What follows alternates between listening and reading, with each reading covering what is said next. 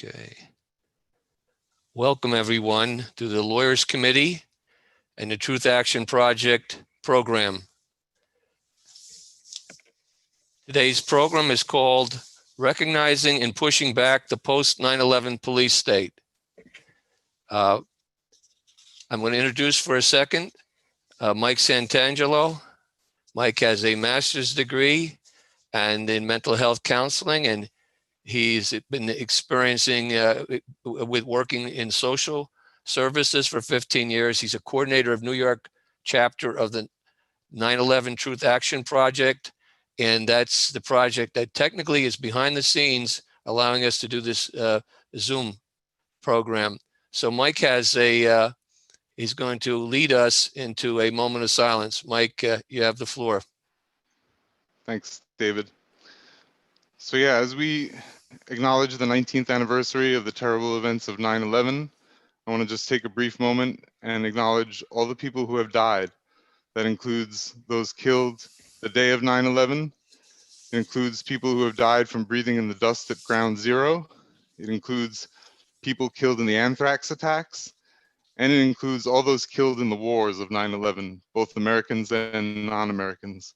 So if you'll join me in a moment of silence now.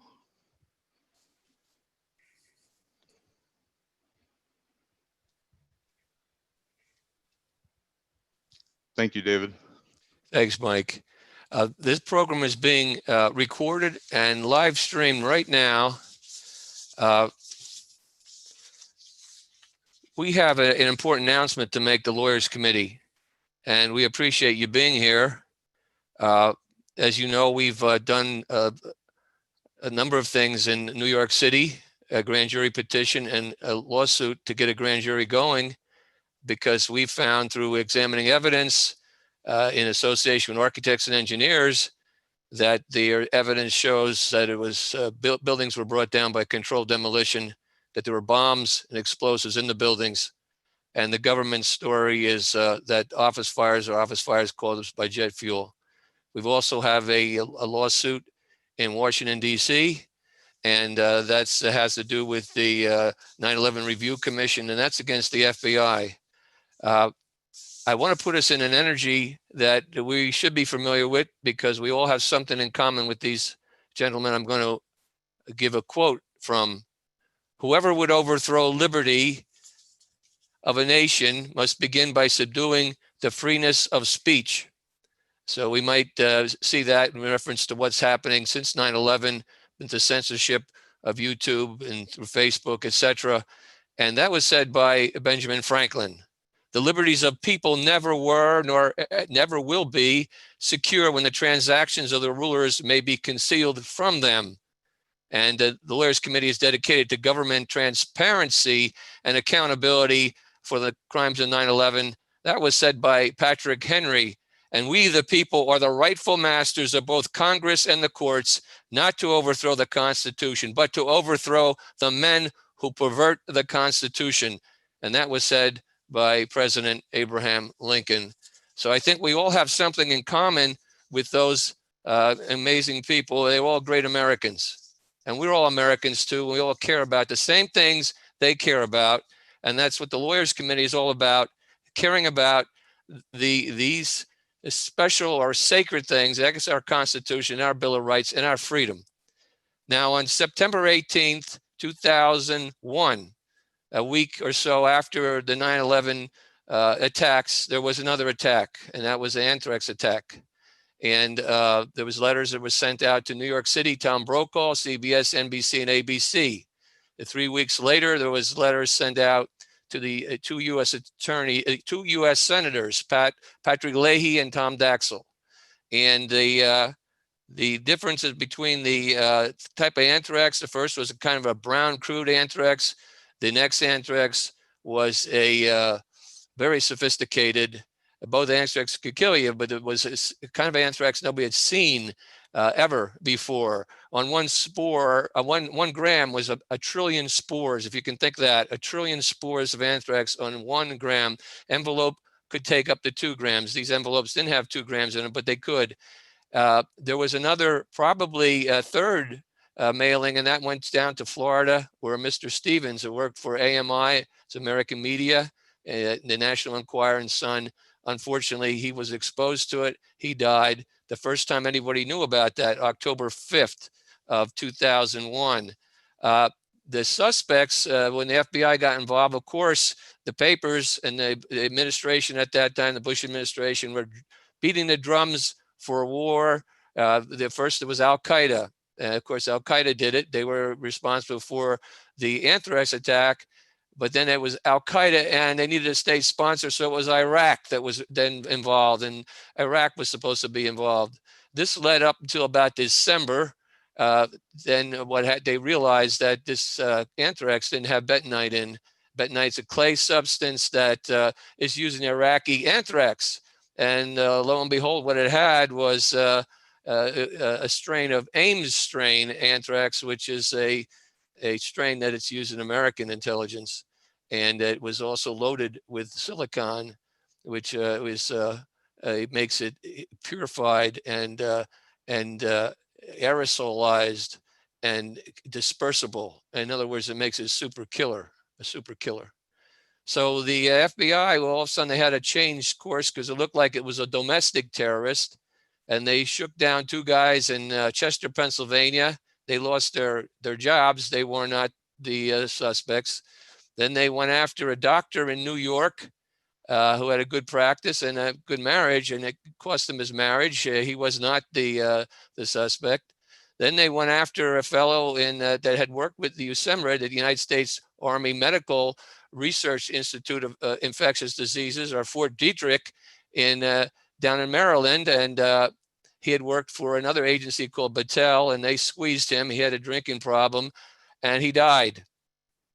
Then they went after a fellow named Stephen Hatfield, who worked for the USEMRID, and Hatfield was a rugged fellow, and he took a lot of abuse for a long time, a circus around him, where the media came in and they were photographing, etc. And when they do their search warrants, and he sued him and won $5 million.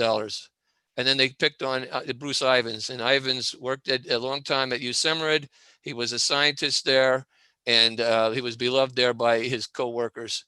And the result was they pressured him so much that he ends up killing himself or being killed. It was not clear to us anyway, because some people have told us he was murdered.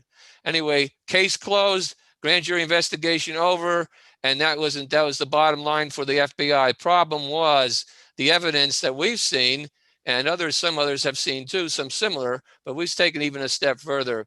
And Mick will probably talk about these morphs, these magical morphs that were in the RMR 1029, which is the flask associated with Ivins. They call it the fingerprint, but really the fingerprint is called, which is B subtilis, and that's only associated with Dugway, and the silicon, that's only associated with Battelle. And Battelle associated with the CIA. They had 3 secret projects at that time going on. And Francis Boyal is here to probably tell you about maybe some of the projects that were going behind the scene. These are bioweapons. So what was used in Washington, D.C. against those U.S. senators and against all the people was a bioweapon. And so what we've done now is we've made contact with the scientists at USEMRID.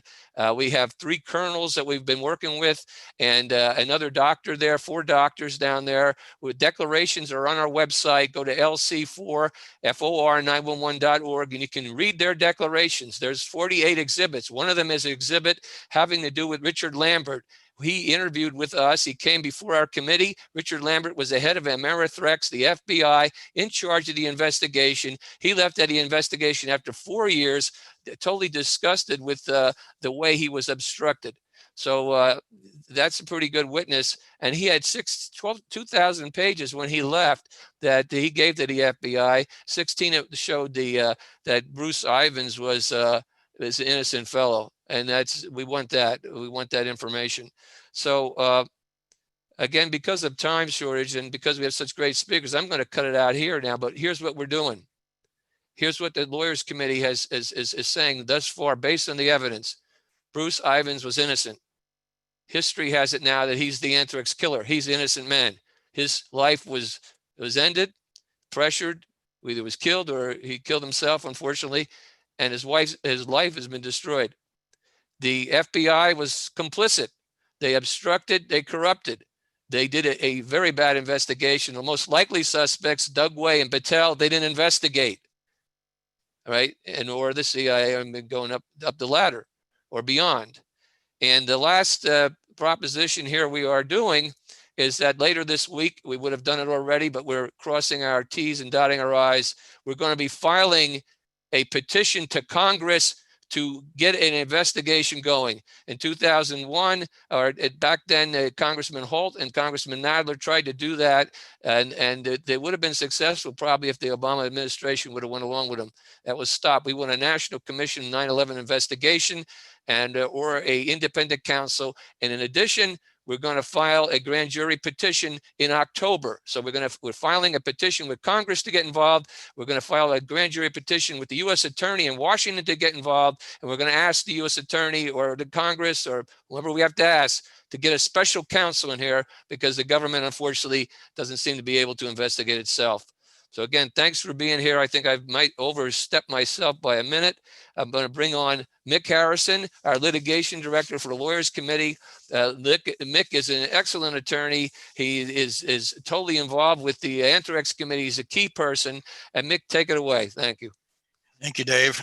So the Lawyers Committee is involved in a number of legal actions, as Dave mentioned.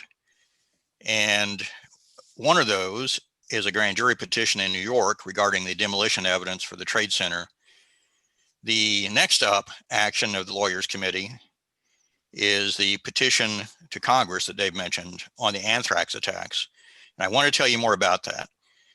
So the short version is, and the name of my talk is None Dare Call It Treason. And the reason my talk is called that is that the anthrax attacks involved not only, unfortunately, the murder of 5 civilians, but there was an attempt to assassinate 2 United States senators. And because we now know that the source of the anthrax was domestic, it was not foreign, it came from within the United States, we're really talking about an attack initiated in the United States against the United States government. And that's why I call it treason. And that's one of the crimes we'll be addressing in our follow-up act.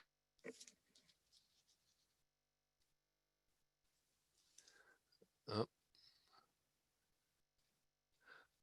Mike, can you get Mick back? Mick, you're being stalled out here for some reason. Jury, hopefully with an independent special counsel. Mick's internet is a little spotty. If he turns this video off, it might help. Mick, Mick, can you hear us? That will be looking at the crime of treason in addition to other crimes, including murder. We can't. You just do the audio? Yeah, you've been going in and out. We missed the last minute or so, probably, your talk. Okay. Yeah. Okay. How about now? Is it better? Yeah, that's good. Okay, so let's back up. So the Lawyers Committee is about to file a petition to Congress on the anthrax attacks. As Dave mentioned, we're doing some quality review, expect to file it this week. After that, we're going to file a petition to a grand jury, federal grand jury, on the anthrax attacks. And we hope to get independent counsel appointed because of the FBI's conflict of interest in essentially having to investigate itself and the DOJ. So I'm going to give you some of the ins and outs of our investigation of the anthrax attacks, and I'll try to make it as brief as I can. The short version is that the FBI became involved in 2000, I guess, September, October 2001, after the attacks through the mail using live anthrax, including the 2 United States senators. The reason my talk is called None Dare Call It Treason is because we now know that those attacks using live anthrax were a domestic source, not foreign, and they attempted to kill 2 United States senators. That meets the definition of treason, which is where the title of my talk comes from. In terms of why the Lawyers Committee got involved in looking at the anthrax attacks in the first place, most of you know by now, these attacks were initiated within a week of 9/11. So they were essentially a second wave, a follow-on set of attacks. And the evidence looks to us like the motive for those anthrax attacks was the same as the motive for the 9/11 attacks. And what we're talking about here is motivating the population to be so afraid that they were willing to support attacks on Iraq, even though they were not involved in the anthrax attacks or the 9/11 attacks, invasion of Afghanistan, and this ongoing war on terror, which we're still involved in. So we decided to look at the anthrax attacks because they were closely related to the 9/11 attacks. Now, what did we find? Well, it's one of those sort of black holes. When you start to look, you know, the more you find. And the first thing we discovered, one of the first things, is that the FBI's own investigation director, Richard Lambert, who eventually left the investigation after 4 years, he was the director of the Amerithrax investigation 2002 to 2006. He ended up blowing the whistle on the FBI investigation. And if you read his federal court complaint, you'll see that he lists several disturbing examples of how the FBI essentially obstructed its own investigation. So that caused the Lawyers Committee concern, and it caused me concern as a whistleblower lawyer of many years. So we began to dig deeper, and one of the first bodies of evidence that Dave has already mentioned is that there was a large amount of exculpatory evidence indicating that Bruce Ivins was innocent, the suspect the FBI eventually focused on. And so we started to unpack, where this evidence leads about how the FBI could have gone astray. And the short version of what we found is this. So if you read the FBI documents and the eventual National Research Council report, which came out in 2011 after the FBI closed its investigation, you will learn some pretty simple facts. That is that Dr. Ivins, who worked at the Army facility in Fort Detrick called US AMRID, he did work on anthrax vaccines, highly respected scientist. He had a collection of anthrax that was called RMR 1029. It was basically one or two flasks holding about 1,000 milliliters of anthrax. But what the FBI didn't make clear to the public or the press or to Congress is that Dr. Ivins' anthrax came mostly from Dugway Proving Ground in Utah, the Army's proving ground. 85% of the anthrax in that flask was from Dugway.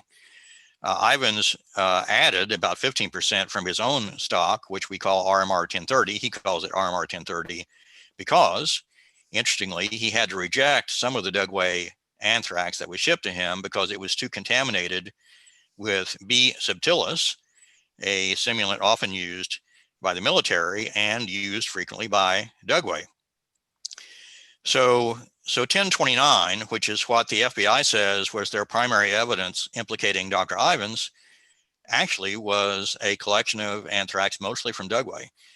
Now, the FBI's main evidence that they say was pointing to Dr. Ivins was state-of-the-art DNA analysis and of the anthrax attack samples and samples collected by the FBI from laboratories around the country.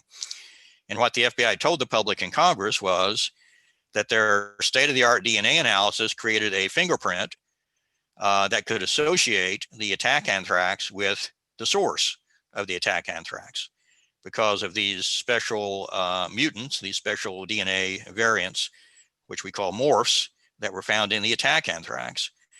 And so the FBI purports to have systematically tested anthrax from all of the labs around the country.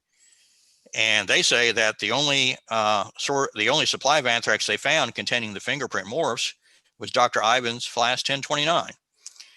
Now that turns out to be a completely unsupported conclusion, and I'm going to explain to you why.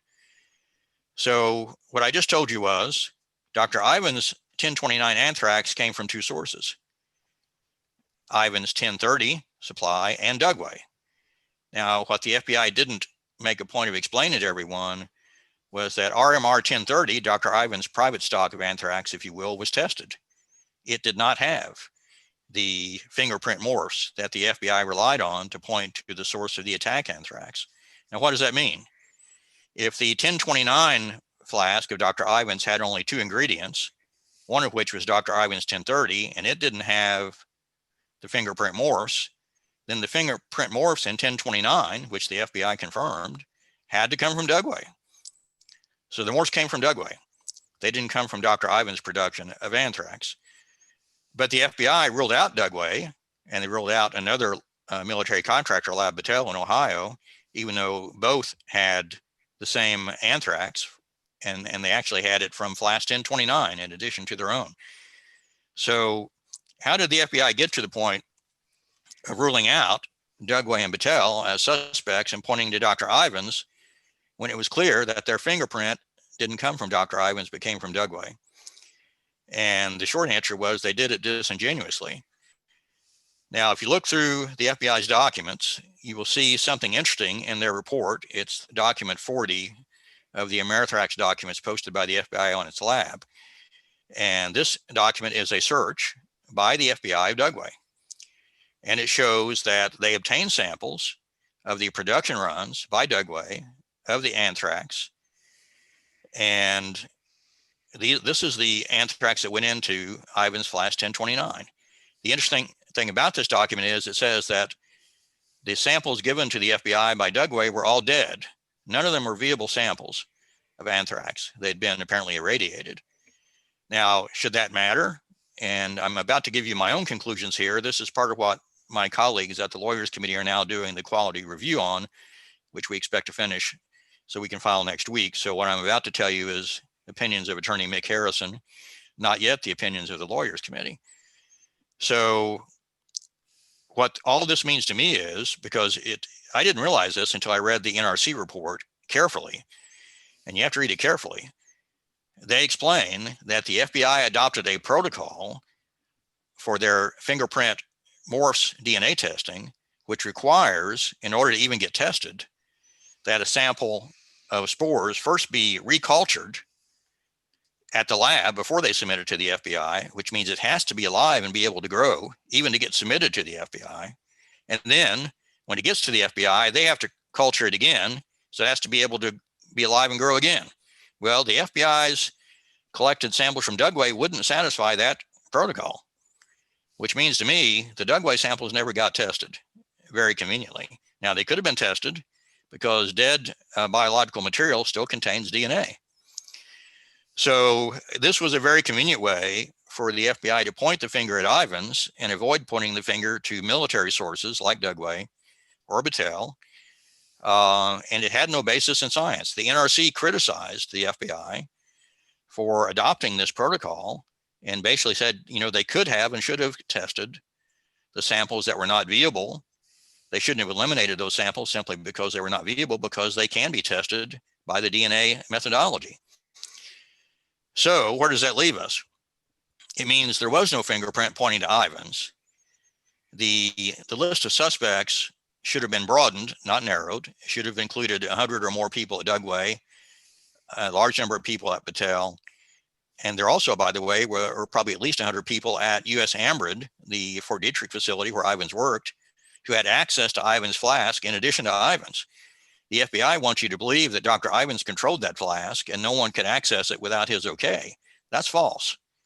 Colonel Arthur Anderson told the Lawyers Committee that the flask of Dr. Ivans is often stored not in Dr. Ivans' lab where it would be secured, but in another building, 1412, in room, I think it was 115, which did not even have a lock on the door. So the idea that Dr. Ivans controlled this anthrax and that the fingerprint points to his anthrax and not anyone else is simply false. Now, once you realize that, then the question becomes, how do you proceed to narrow the field of suspects? And the short answer is what David started with, and that is there's a silicon coating for the second wave of the anthrax attacks inside the spores, which is a high-tech technology called microencapsulation. Friendly reminder, 2 minutes, Mick. Yep, I'm on it. And the microencapsulation is a technology that the evidence indicates that Battelle and maybe Dugway could do. Also, the anthrax was not only dry, but it was highly concentrated, 1 trillion spores per gram. Very few people could do that, but Dugway and Battelle could do that. In addition, you got this problem of the Bacillus subtilis contamination. Dugway is notorious for having that contamination in their fermenter. They had to discard some of their production runs for Dr. Ivan's anthrax because it had too much of that contamination in it. So this investigation needs to be redone. It needs to be redone with integrity. And that's why we're asking Congress to take a look at this evidence and to have also an independent commission, and why we're going to be asking a grand jury to do it with an independent special counsel. Now, one other thing you should know, and I'll stop, and that is Colonel Anderson informed us that his colleagues, high-level scientists at the Army facility in Maryland, attempted to explain to the commander and get it relayed to the FBI and the Secretary of the Army a lot of these facts I'm telling you, because they knew most of this stuff. And the problem is, when Colonel Anderson attempted to do that, he was informed that there was a high-level visit from the Secretary of the Army, and there was a gag order imposed from either the Secretary or the Chief of Staff of the Army that in effect said, squelch any internal investigations at U.S. AMRID on the anthrax attacks and squelch any criticism of the FBI's investigation. So, to make a long story short, we're asking for your support in our petition to Congress, in our eventual petition to the grand jury. You should note that even though FBI Director Mueller asked for the NRC to review the FBI science, he closed his investigation before the NRC finished its review. And when its review came out, it basically said the FBI science doesn't work as a real fingerprint. And the last thing I will tell you is that when the Congress asked Director Mueller in a hearing, how did you eliminate Battelle and Dugway from your investigation? He said, I'll have to get back to you on that because you didn't know. And 7 months later, in a written response, he gave a totally illogical explanation. He said, even though these two labs received the 1029 anthrax from Ivans, which is true, that they couldn't have done the attacks and were eliminated from suspicion because even though they had the ability to produce dry anthrax, if they hadn't received the 1029 anthrax, they couldn't have made the attack anthrax. So he was basically saying they received it, but they couldn't have done it because they didn't receive it. And you'll have to, think about that for a while. So I'll leave you with that, David. Thank you for your attention. Thank you very much, Mick. Our next speaker is Dr. Graeme MacQueen.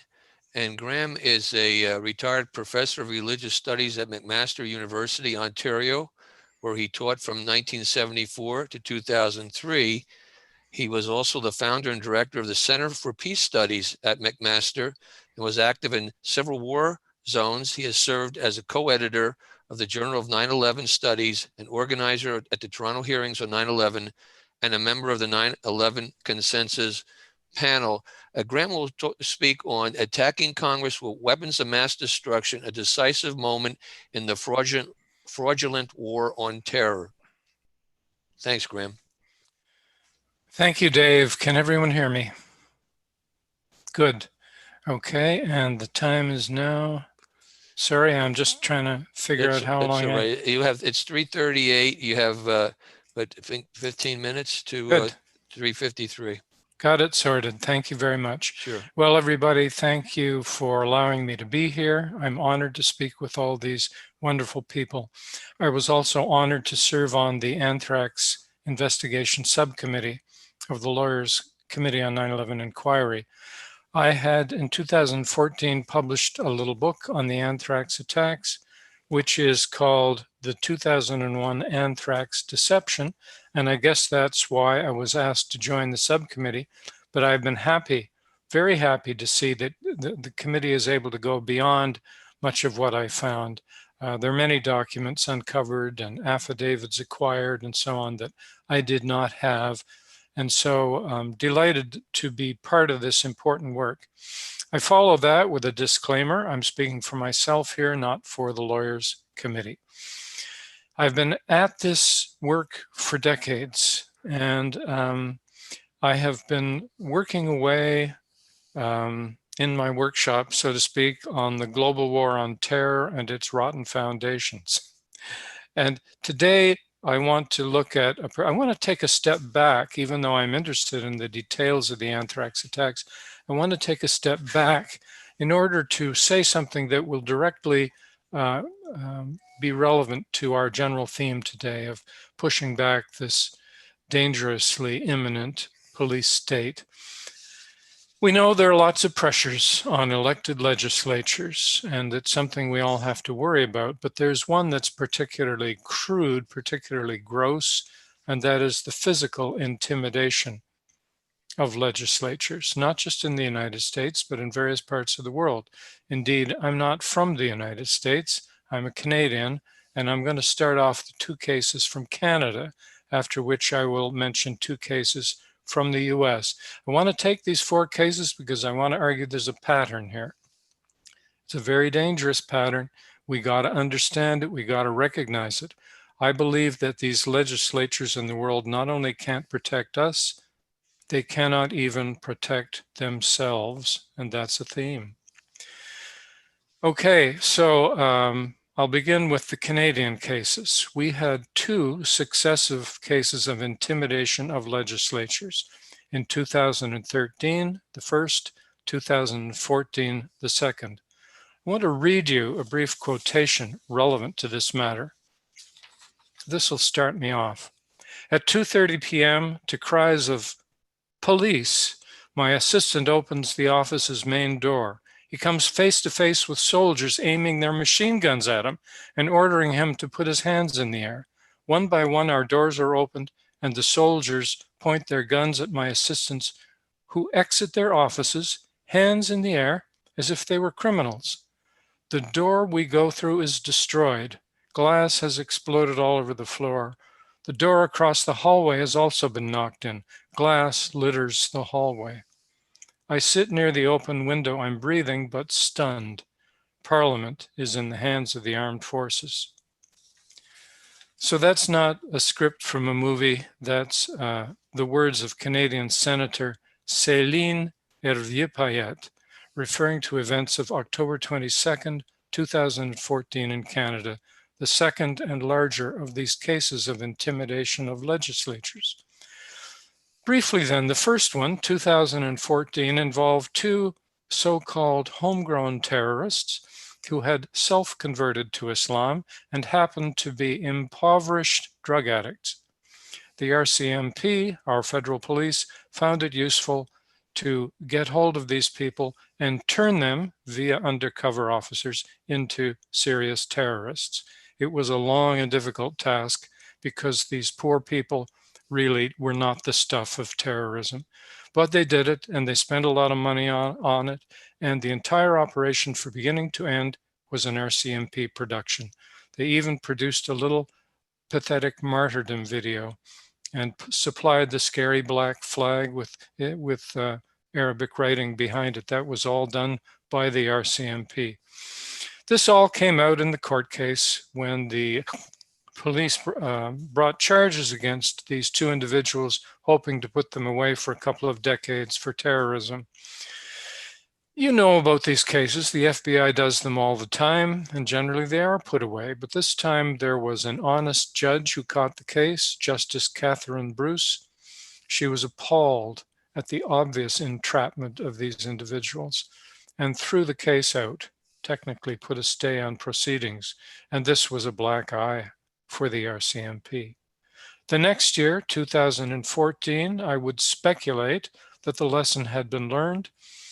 If you don't have a dead perpetrator, you may have a court case. If you have a court case, there's always the chance a decent person might show up and make sure the truth is made clear. So in 2014, the perpetrator or alleged perpetrator, Michael Zehaf-Bibeau, another drug-addicted, self-converted, domestic homegrown terrorist from Vancouver, just like the first 2, managed to shoot a soldier at the War Memorial in our capital city, Ottawa, and then somehow, with his rifle, get across the street and run into the front door of the House of Parliament, where he ran down the hall with his loaded weapon, shooting just yards from the Prime Minister and his caucus. Before being brought down, we are told, in a hail of bullets, dying with 31 9mm caliber bullets in his body. Now, this was considered the worst security breach in Canadian history on Parliament Hill. And Canadians were shocked to see video footage of it on their nightly news. Typically, Canadians are bored by what happens in Parliament. This was an exception. I have studied both of these cases, and I have concluded, even though I can't convince you of this here, that they were both police operations. The first one, obviously, we don't even need to prove that, but the second one, 2014, also. I wrote a pamphlet of about, I don't know, 85 pages after studying this case. It's called the October 22nd, 2014 Ottawa shootings. Why Canadians need a public inquiry. Well, we didn't get a public inquiry, and we didn't get a parliamentary inquiry, and we didn't even get a provincial coroner's report on the two deaths. All we got are a series of police reports that refuse even to ask the main questions, let alone answer them. You're going to have to take my word for it here. I'm afraid that this is another case where the perpetrator was handled by police. I'll give you just one example of why I think that. The RCMP commissioner said right after this happened, "We were caught off guard. We had no warning." This was an obvious lie. There were at least 5 warnings, some of them specific and actionable, and there was also a practice session done a couple of weeks before the event.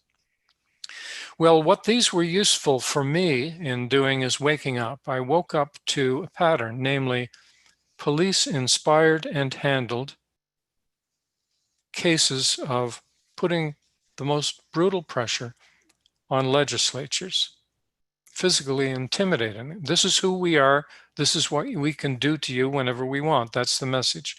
And there were quite specific things that were achieved through this. It's not just a general pattern of bullying and dominance. Especially in the case of the 2014 attack, we had 2 important bills passed by the legislature, Bill C-13 and Bill C-51, both of which handed over increased power to spy agencies and police and security forces generally in Canada at the expense of citizens.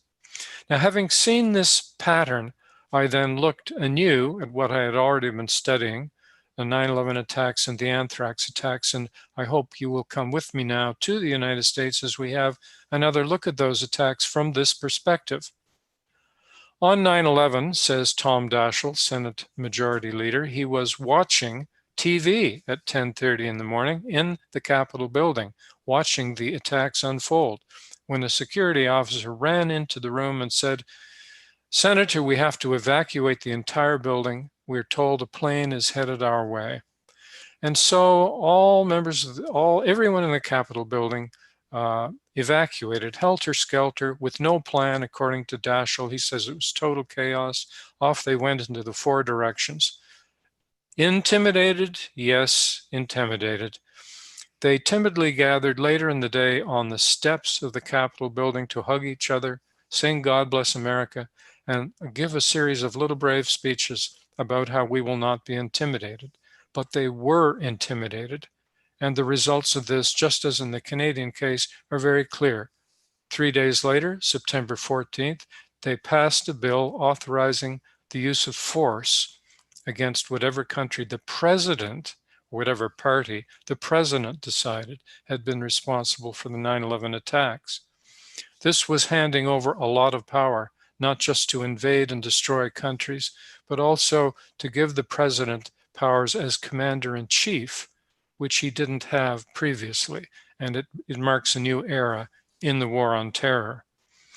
Now, as has already been said, very shortly after the 9/11 attacks, the anthrax attacks unfolded. And the clear thing here, the clear aim here, was to use the attacks and even the threat of the attacks to pass the Patriot Act.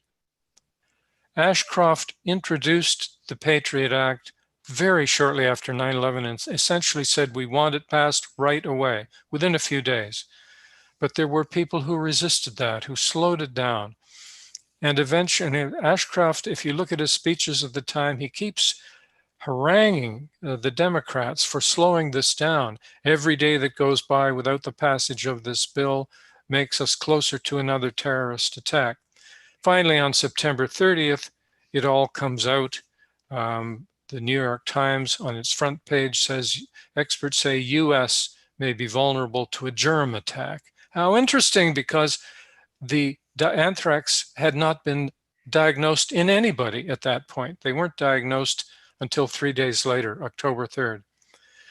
On the same day, September 30th, there was a serious coordinated administration initiative. And Andrew Card, White House Chief of Staff, said, quote, terrorist organizations like Al-Qaeda have probably found the means to use biological or chemical warfare. Rumsfeld said terrorists could be equipped by their state sponsors with weapons of mass destruction. Tommy Thompson, Secretary of Health and Human Services, spoke of, and this is on CBS, this is a direct quote, a bioterrorism attack. Well, that's fascinating, since anthrax was supposedly not known to be on the scene by anyone. And one of the things all these gentlemen wanted to support was the passage of the Patriot Act by a specific date, namely October 5th. And here you have, this timeline is very important. Cheney announced the October 5th deadline, and it was publicly reported in the Washington Post. It was not a secret. There were 2 senators, and again, you can read the Washington Post, which covered this in real time. They said the October 5th deadline will be missed. And it will be missed because of the blockage of 2 Democratic senators, Tom Daschle and Patrick Leahy. Well, guess what? The deadline was missed on October 5th, and somewhere between October 6th and 9th, 2 letters were put in the mail to Tom Daschle and Patrick Leahy, containing extremely sophisticated and potentially lethal anthrax spores. Now, of course, it had the desired effect, which is to panic people, to hurry up the passage of the act. As Colbert King said in the Washington Post, anthrax caused the House of Representatives to flee town. It closed Senate office buildings, unprecedented actions. And of course, it also caused the passage of the USA Patriot Act. In other words, it intimidated an elected legislature. That's the pattern, and those are the 4 cases I wanted to lay out for you. It seems to me this is extremely dangerous. It seems the danger continues. Every legislature in the world at the moment is weakened through this pandemic. We don't know if they'll get their power after the pandemic is over. I conclude there by affirming this pattern, this anti-democratic pattern, which is part of what I fear may be a coming police state. And I want to say finally, in conclusion, people often say, well, what can we do? In this case, there's something quite specific. I hope you will support the Lawyers Committee. If you haven't already read their petition for a grand jury on 9/11, please do so. And the 2 petitions they're now producing, one to Congress and one for a new grand jury on anthrax, could be crucial in opening the door to what's really going on in this war on terror. Thank you. Thank you, Graeme. Thank you very much. Our next speaker is William Binney. William Binney is a former intelligence official with the United States National Security Agency, the NSA, and a whistleblower. He retired on October 31st, 2001, after more than 30 years with the agency. He's an outspoken critic of illegal domestic surveillance programs, and as the creator of the Thin Thread, a surveillance system that would protect United States citizens' private rights. Bill will be speaking on the 24/7 surveillance state, the new normal since 9/11. Thank you, Bill. Thank you. What I'd like to do is give everybody Bill, please give me a second to load your slides, okay? Okay, all right. Hey. All right. Well, I just want to give everybody an idea how the system works in terms of a collection of information on everybody on the planet, including everyone, the president, President Trump, all the members of Congress, everybody in the country and everybody in the world, basically. They're collecting and capturing everything. Here are the basic principles of how they do it. They've got 3 access approaches. One is they use corporations, going left to right. They use corporations and get them to agree to allow them to come into their facilities, put taps on the lines, and then capture the data directly from those taps and forward it back to NSA for storage. And the second way, if that doesn't work, they go to the foreign governments, for example, and ask those governments to sponsor them and the collection of data on their systems and forwarding that to NSA. In that vein, the Danes recently caught their intelligence people forwarding data on their citizens into NSA for storage, and those people have been removed from their positions.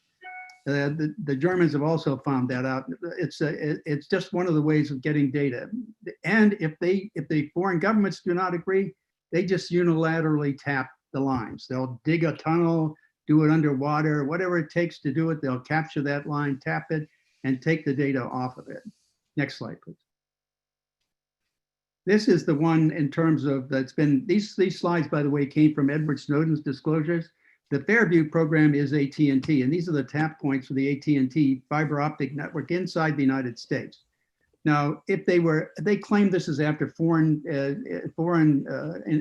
agents and so on. Well, if they were after foreign agents, the only place they'd need to be to get them all would be along the coast where the transoceanic cables surface, because that's where all the access points, all the data coming from foreign countries comes in or goes out to them or transits the US from Europe, say across the US to Asia. All those tap points contain all that data. So all the foreigners are there, but all these rest of the tap points distribute across the country with the distribution of the population.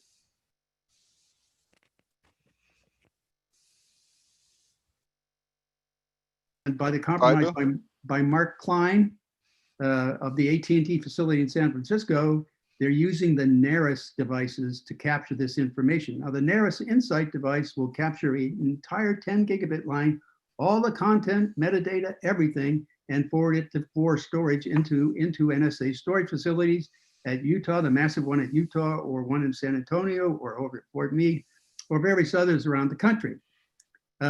So this is the main target here for this system is the population of the United States, but it doesn't stop there. Next slide, please. It goes around the world, and this map shows the tap points in the world. Also, it talks about the CNE commuter network exploitation. And it shows there's over 50,000 in the legend. The bomb shows there's over 50,000 implants in the network worldwide. Well, that means they got implanted software and or hardware in these different switches and servers around the world. And so they fundamentally own those switches and servers. They can route any kind of data they want to anywhere, from anywhere in the world to them to centrally store and capture. But it's not that's not the worst of it. Next slide, please. They have another program called Treasury Map, which when it accumulates this information, which includes GPS, by the way, of every device in the world, that allows them to map the entire internet, any device, anywhere, all the time. So that means they know where every device in the world is. So if you're carrying your cell phone around, walking around, they know exactly where you are. And they can do it in mass. So the billions of people using cell phones, they'll do them all. It doesn't matter. Numbers don't really matter for software. That's what people don't, they think this is an overpowering problem for software, and it's not a problem at all. It's just a matter of space and power. That's all it takes. But this then gives you the idea they are knowing where you are, and it captured everything you've said, what you're doing. Now they're moving on to the visual side, which is going to capture you moving around. But the next slide will show you, and I'm going to go into how they store the stuff and then how they analyze it and what they do with it. This slide shows the internal programs inside NSA. Inside that dotted line is NSA. Then you have CIA and FBI going through their facility at the FBI facility at Quantico, Virginia, to go into the databases. But you don't see at NSA, this is all the collection from all those sources. You don't see any oversight of this. There's no oversight whatsoever of this. And it means that there are other people also now, and I'll show you some more people who have access to this data. The internal programs inside NSA show the indexing of you making social networks and indexing it to the pinwheel kind of digital network intelligence, and then Nucleon, which is the voice type stuff, communication by voice, so you can get the the mapping of the social network then is indexed to that data. So when they want to look at you, all they have to do is go to that map and they can pull out that data for any period of time retroactively for everything that's stored back to 2001. So this is on everybody, children, men and women, representatives, everybody. Next slide, please. Now this shows you other people who have access to this data, and it's not limited to this. This is the IC Reach program, a way of interrogating the NSA databases, the FBI, DEA, CIA, and DIA, but also the Five Eyes. Now there's another program called X-Keyscore, which allows other parties who are also participating in collecting and forwarding data to NSA for mass storage. And that program is called X-Keyscore, and so they use that to interrogate it, and probably has boundaries on how far they can go into the database and interrogate stuff. So, but this is the one that shows you that our Five Eyes partners are in, and also the FBI and DEA. And then, can I go to the next slide, please? This is how they map out, this is their vision of digital network intelligence discovery options, DNI discovery options. They felt that with specific attributes of targets, known targets, that's at the very top of this pyramid, their traffic thief detects those and pulls them out for the analysts to look at. But everything gets dumped into that pinwheel database, and it's from full take feeds down at the bottom, you see. They're talking about interrogating that base from these full take feeds. That means everything that's collected by the fiber optic taps in the Fairview Stormbrew program is Verizon. Blarney is about 28 other companies, and there's other foreign companies and second party companies, Five Eyes, inputting to this database. They're all, NSA has become the central storage for a lot of the countries in the world. And they're using this as a way of monitoring their populations, because everybody's in there. All they have to do is use your attributes to go in and see what you're doing. They can map it out in a timeline. But it gets even worse than that. Could we have the next slide? Now they have set up internally in the Drug Enforcement Administration. Reuters reported this back in, I think, August of 2013, shortly after the Snowden material came out. And they talked about the Special Operations Division.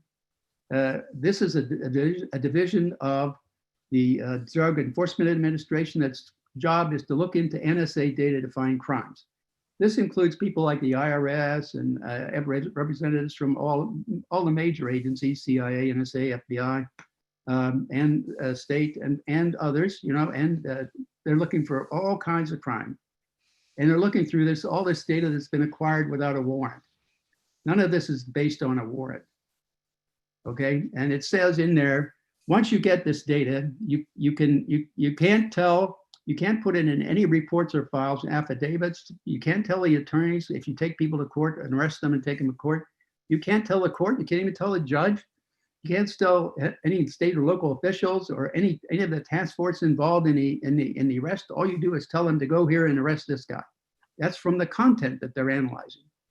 Right? And they also use it to go to foreign counterparts, like I'm sure it's going to Scotland Yard, all the major FBI, DEA relationships around the world.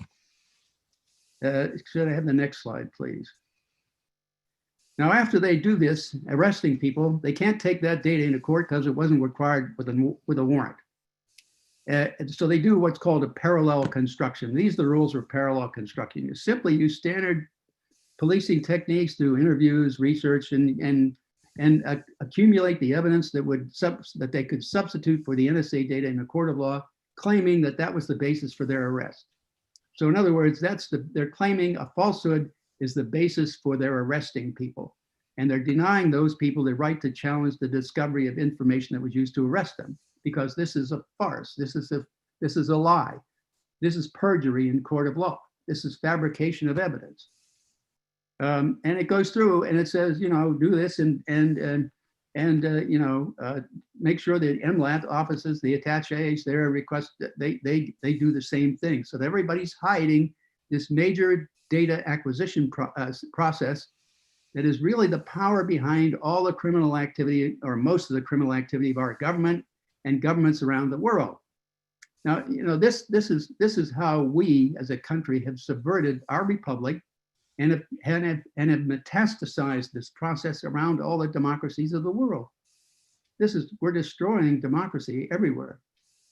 And when in fact, there was a simple way to do things. Next slide, please.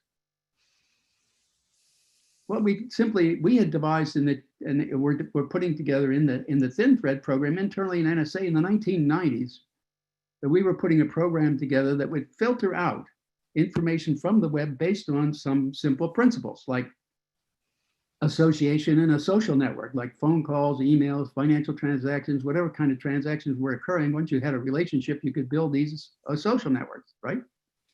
And so if you had in the red area, it simply says, these are the bad guys. Okay, so we know these bad guys. So when you're pulling data out of the massive amounts of data flowing by, you only look within the social network 2 degrees. With the understanding of the second degree, that second degree hop cannot be through a government agency or a business. Like for example, see, because if you do that, what happens is you pull in innocent, unrelated people to all kinds of activities. For example, if one of these red dots was communicating with the lower light yellow dot there, and that's Google, well, then Google goes out to 1.5 billion people every day. So if you go 2 degrees through that company, you pull in 1.5 billion people every day, and that pretty soon accumulates to everybody in the world. That's why NSA was so happy with President Obama's limitation on them going 2 hops, because they didn't have the restriction on them. So that meant on the 2 hop principle, they could do everybody on the planet. Whereas we were saying internally, that's the only relevant data. Everything else is not relevant. And if you do what they're doing now, which is called a dictionary search selection type approach, that buries people in all kinds of data, even internal in NSA from the Snowden material, they had written memos from their own analysts telling them we're overburdened by overload. We're too buried in data. We can't see the threats coming. And that's exactly what's happened. How many real threats have they stopped? They've done a lot of, enticing people to do things, but that's not stopping a real attack. The real ones, they've never stopped. And the reason is because they went and collect the entire world. And so they dumped it on their analysts and they can't figure it out. No surprise there. That's the reason we did the Thin Thread program. But that's what Hayden and Tenet and Bush and Cheney terminated. They didn't want any of that. They wanted to have the knowledge of everybody in the population. At least my assertion is that Cheney wanted that. He grew up under Nixon, know your enemies, know all about him and all that. So he needed to do that. So this was the basis for being able to make that happen. It also, for NSA and Hayden and Tenet, gave lots more money to the intelligence community so they could build up to what they are today. Over $100 billion every year is being spent on the intelligence community. I mean, when they could have adopted this simple principle, we developed this program for $3.2 million, and they wanted $3.8 billion to start with, 1,000 times that, to start this bulk acquisition of stuff. So, and it only doubled down after that 9/11 after that, and it only got worse. Now, only one other principle we would use is looking at the internet, watching people who go visit sites that advocate pedophilia or criminal or any kind of criminal activity like violence against the West, jihadi type material and so on, and see who keeps visiting those sites. And then that defines a set of people who fall into what I call the zone of suspicion, as do the second degree dots in the yellow here. They fall into that zone of suspicion because they seem to be interested in the criminal activity. Well, if that's the case, then those 2 principles alone would have been used. If they used that and focused in on those people alone, they could have had and managed the massive amounts of data and had all the necessary evidence and data to at least stop most of the attacks, including 9/11. And Tom Drake proved that by running the Thin Thread program after 9/11 in February 2002, right after, only on the NSA stored data, it wasn't allowed to be deployed like the Congress had mandated in the budget. They had mandated the deployment of Thin Thread to the 18 sites that I found out from our terrorist an analysis division were the sites that really produced evidence. Well, that to me was then the main targets for our deployments. And I wanted to do that in January of 2001, 7.5 months before 9/11. We could have had that done. Most of it would have been done by electronic transfer, remotely accessing and transferring software so that the hardware existing out there could take it and use it. And then some of it would take a little bit longer, hardware mailing and so on, but that would have given us the look and all the evidence on all the attacks, all these attacks by terrorism anywhere in the world. And NSA decided not to do that. And the reason, very simply in my view, was, and I knew that government or agency or companies were in Congress in the committees lobbying to have our program Thin Thread canceled. The reason is because the Thin Thread program, we've solved the volume, velocity, variety problem of the digital age. And that meant that we threatened the feeding by all these companies on all these billions of dollars they're anticipating down the line, which they have done. I mean, they fed all these tens of billions of dollars into NSA to do this kind of crap, to become the storage facility, to allow them and enable them and everybody else involved in tapping into the database to violate everybody's constitutional rights and subvert the law and the courts all around the world. And this is how we've destroyed our republic and are destroying democracy around the world. Thank you. Bill, thank you very much. Our next speaker is Francis Boyal. Dr. Francis Boyal is an American human rights lawyer and professor of international law at the University of Illinois, Chicago of Law. He drafted the United States domestic implementing legislation for the Biological Weapons Convention, known as the Biological Weapons Anti-Terrorism Act of 1989. He was approved unanimously by both houses of the United States and signed into law that legislation by the President, George H.W. Bush. Francis Boyal will discuss as his topic today, bioweapon moratorium needed, the failure to properly investigate the post 9/11 anthrax attacks has led to a COVID pandemic fraught with unseen and even more dangerous and sinister bioweapons possibilities, including smallpox, Ebola, anthrax, superbugs, etc. Thank you, Dr. Boyal, for being with us today. Thank you, David, for having me on. I did want to express my condolences to those viewing our program who are next of kin or friends of the victims of the 9/11 attacks and the first responders. We all want to get to the truth here of what really happened. And that is why I am appearing here today. 19 years ago today, about 11 a.m., September 13th, 2001, I was contacted by a producer for the O'Reilly Factor to appear that night to debate Bill O'Reilly on war versus peace. Obviously, 2 days after the attacks, that was like deliberately walking into a buzzsaw. But the lot had fallen to me, and I decided I had to debate O'Reilly. So I appeared that evening. I think I did send David a copy of my write-up on that. And I argued quite simply in front of millions of people that the evidence was not there. What the government was saying simply did not add up. And I have been continuously arguing that point ever since then. And as you know, the more the evidence came out, the less the government count made sense, including the 9/11 Commission report, which was a cover-up drafted by Condi Rice's buddy.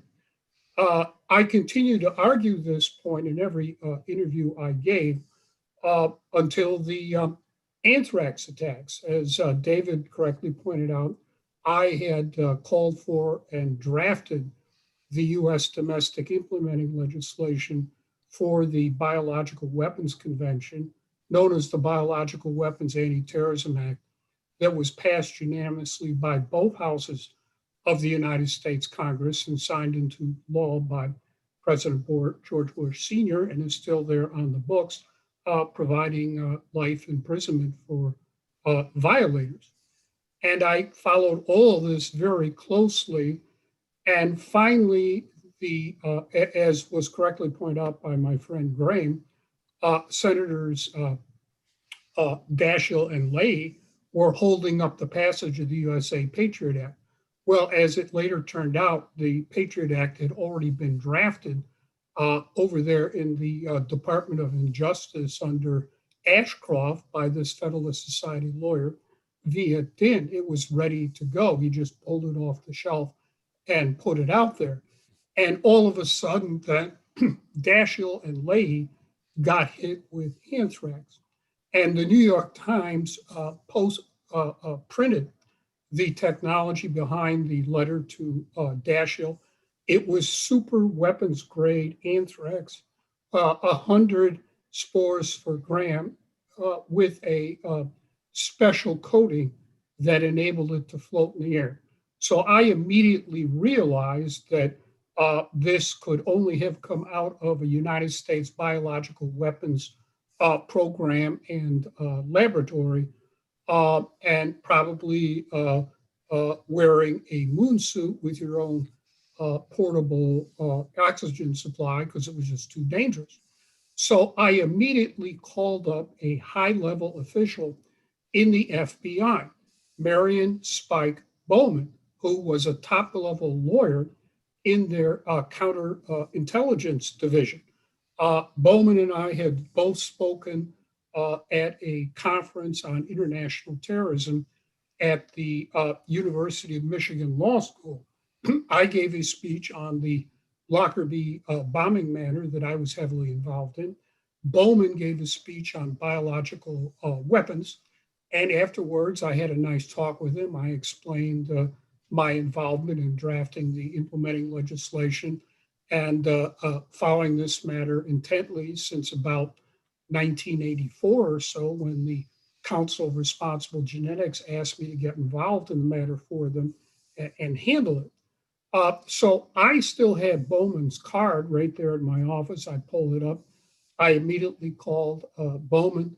I got through immediately to Bowman and I said, look, now this is the day the anthrax technology was reported in the New York Times. I think that was about October 26th.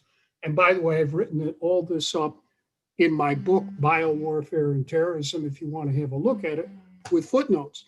And I told Bowman, high-level lawyer in the FBI headquarters, I said, look, this is super weapons grade anthrax. It could only have been manufactured in a US biological weapons program and laboratory. And there's a complete list of these things in the Pentagon's Biological Defense Research Program. And it was also revealed in the summer of 2000 in the book Germs by Miller and Broad, then of the New York Times, that the CIA was also involved in anthrax program.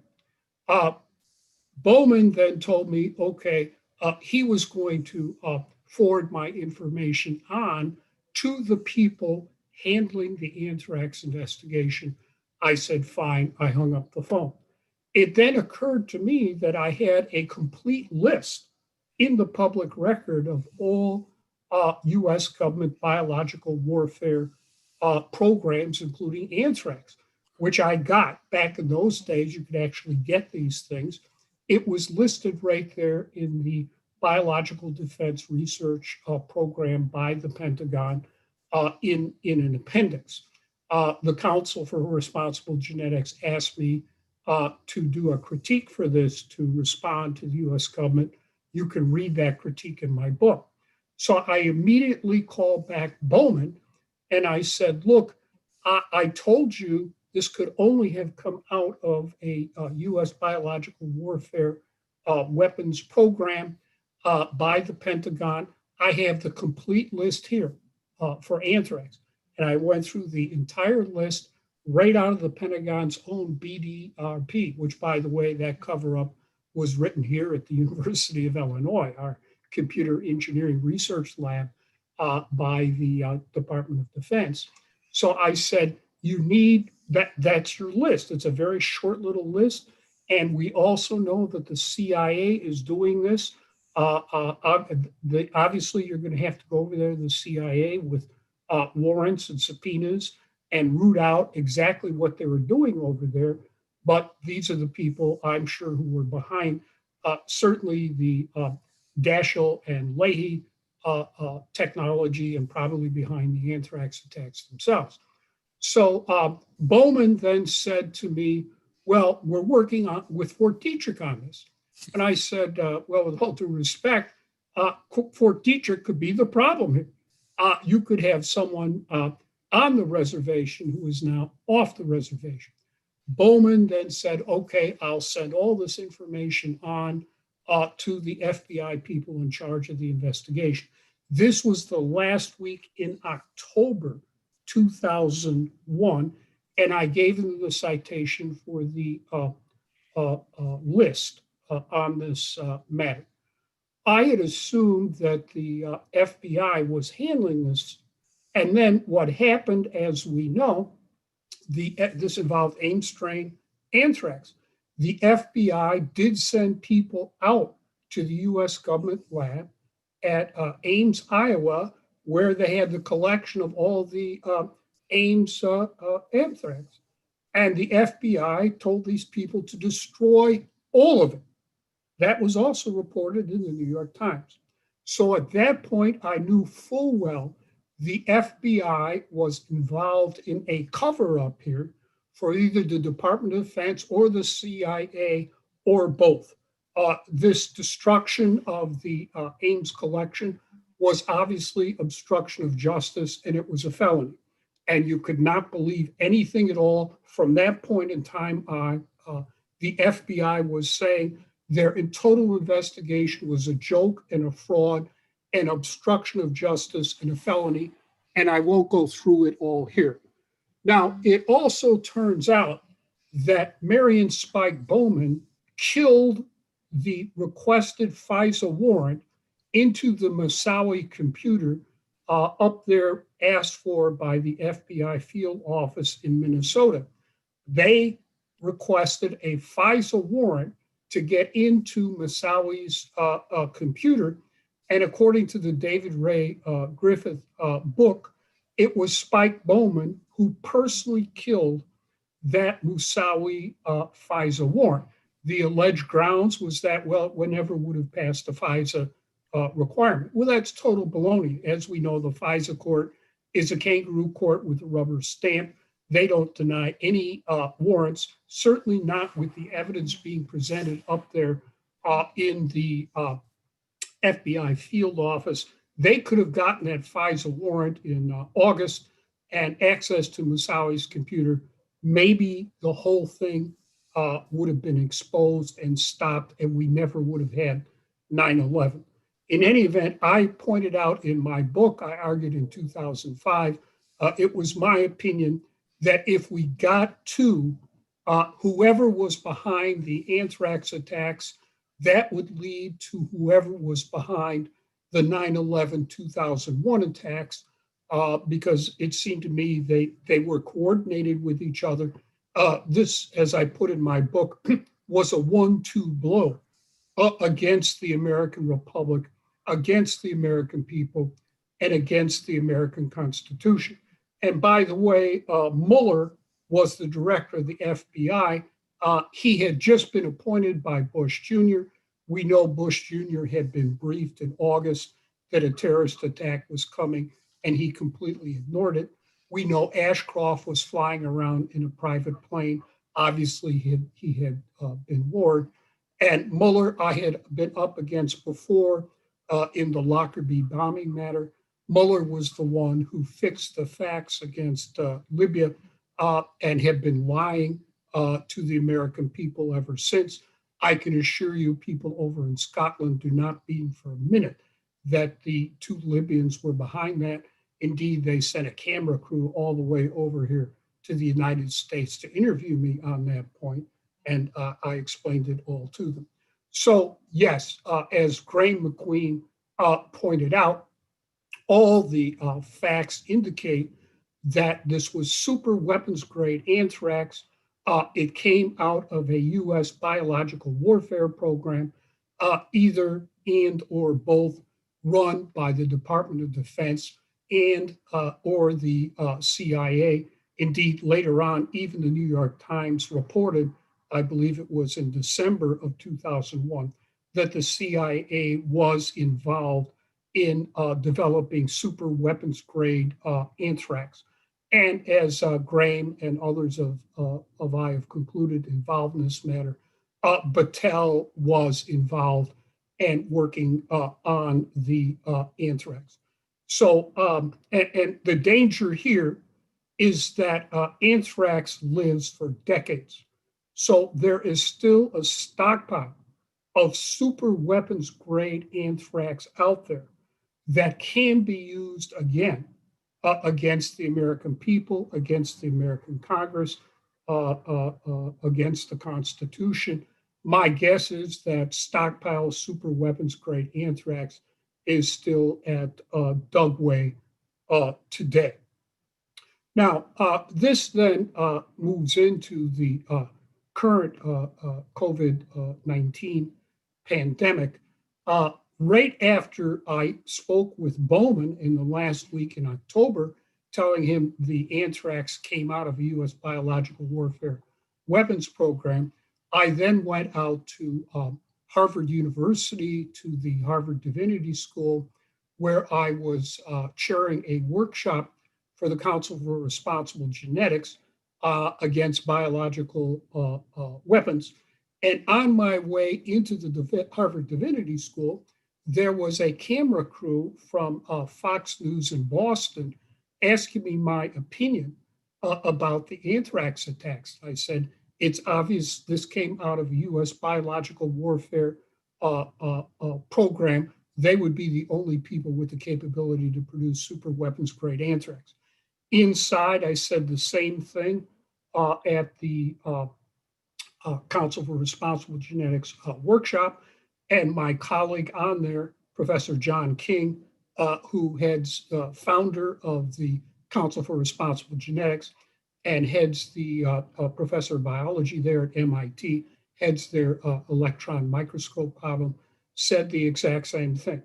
I then came back here to my office and starting the first week in November, gave an interview to Pacifica Radio Network that went out nationwide saying this exact same thing. Then the BBC called me and I said the exact same thing on the BBC. Then an order was given never to interview me again by anyone on biological warfare or biological weapons in the mainstream news media. And that order has held up until today with respect to the COVID-19 pandemic. On January 24, 2020, I issued a worldwide alert to well over 500 news media sources and all over the internet that the Wuhan coronavirus was an offensive biological warfare weapon based on DNA genetic engineering and with gain of function properties that had leaked out of that Wuhan BSL-4, which was China's Fort Detrick. And I felt it was existentially dangerous, and every BSL-3 and BSL-4 in this country, and indeed in the world, should be shut down. As a matter of fact, I said that in the award-winning documentary Anthrax War by Nadler and Cohn. I said this is a catastrophe waiting to happen, and it has now happened. Starting then on that interview I gave an interview to Geopolitics and Empire later that day, January 24, 2020, saying the exact same thing. This was a biological warfare weapon, existentially dangerous. It had leaked out of that Wuhan BSL-4, and every BSL-3, BSL-4 had to be shut down immediately. That went viral all over the world. I spent full time giving interviews starting the next week until finally they tapered off June 1. I'm not going to go through all those interviews here. You can Google my name starting January 24, and you can see all the interviews I have given. Now we find out from the Woodward tapes last week, within the last week, that Trump has been lying from the get-go on the COVID-19, that it is existentially dangerous. It travels through the air, right, because Wuhan BSL-4, they bragged about applying nanotechnology to viruses. Nanotechnology is necessary to aerosol viruses for delivery by air to human beings. That's the only reason you aerosol a virus like this. Fort Detrick does the exact same thing. We all know Fort Detrick is involved in research, development, testing, stockpiling of biological warfare weapons. Anthrax, Amerithrax was one of it. COVID-19 is another. Finally, at the end of April 2020, an Israeli law firm contacted me, and they had sued China in the Israeli court system over COVID-19. They asked me to give them a declaration of my expert opinion that COVID-19 was an offensive biological warfare weapon that leaked out of that Wuhan BSL-4, which I did do, dated June 6, 2020. I sent a copy of that declaration to David. He has it there. If David wants to distribute it, that's fine with me. If you want a copy, ask David for it. I then gave a lecture on June 26 to the Maharashtra Business Program School at the Peace University in Pune, India, saying the exact same thing and going through all the evidence for that. All the arguments I originally made as of January 24 have been routinely confirmed by every source coming out in reputable news media sources since then, up to and including now the Woodward tapes.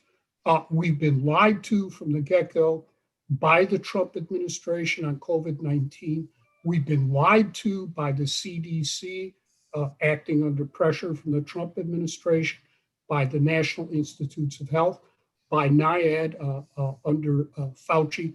They've all been lying, spinning, and covering up how dangerous COVID-19 really is. It floats through the air. It has a lethality rate maybe in the area of 15% for SARS. This is SARS on steroids. That is what is confronting us today here in the United States, as well over 200,000 Americans have died. And I think we have to be aware of this. We cannot trust what the Trump administration is saying, or the CDC, or National Institute of Health, or NIAID. You are going to have to rely upon independent experts who have not taken one penny of this dirty Nazi biological warfare work that the United States government has been involved in since after 9/11, 2001, under the pretext of Amerithrax that they inflicted upon us. My estimate as of 2015 is that at least 13,000 life scientists have been involved in research, development, testing of biological warfare weapons. You cannot trust any of these people. You have to get outside independent experts who have not taken this type of money to give you proper advice on how to combat and defeat COVID-19, which is staring us in the face right now. It could prove to be just as deadly as the Spanish flu virus if it is not handled and dealt with, and certainly it is not. Thank you very much for your attention. Thank you, Francis. We're going to take an intermission now for 5 minutes.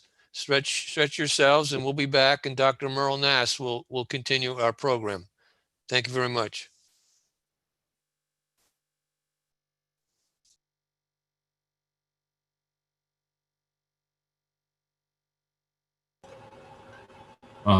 Dave.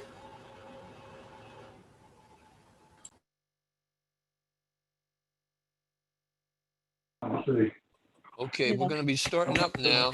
We're going to be starting up. All right. Morgan, are you there?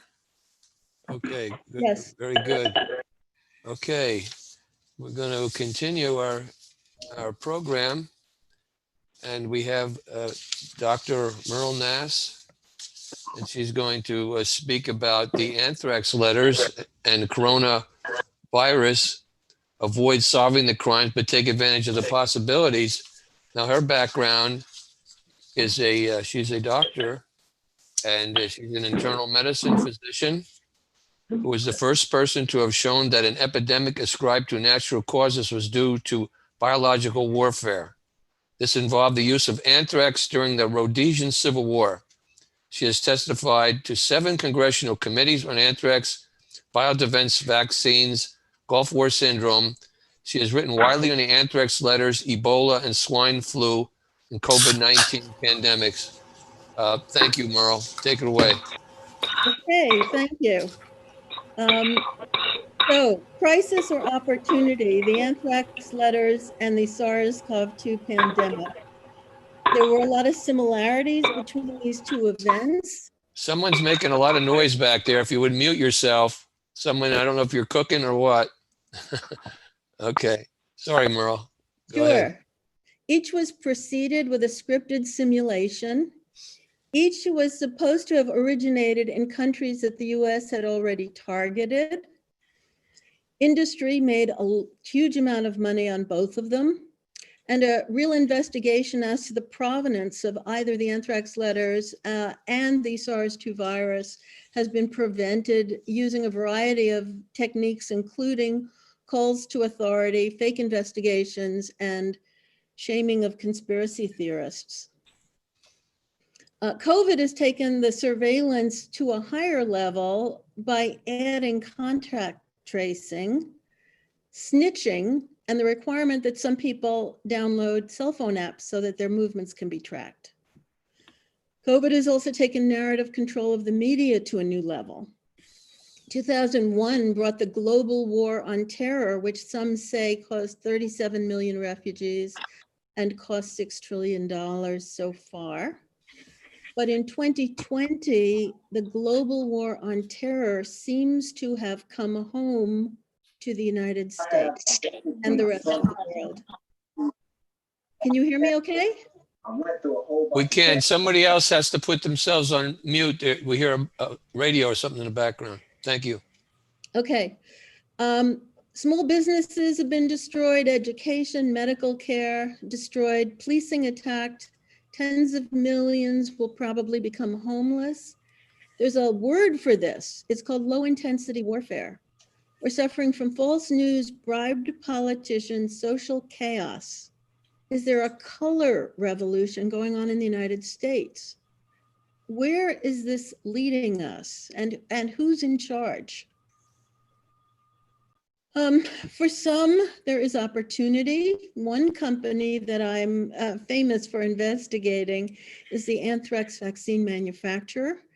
This company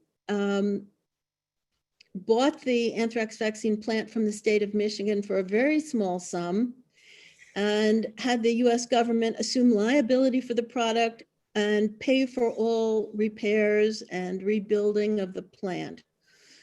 They had one problem. FDA would not relicense the factory to make anthrax vaccine between 1998 and 2001.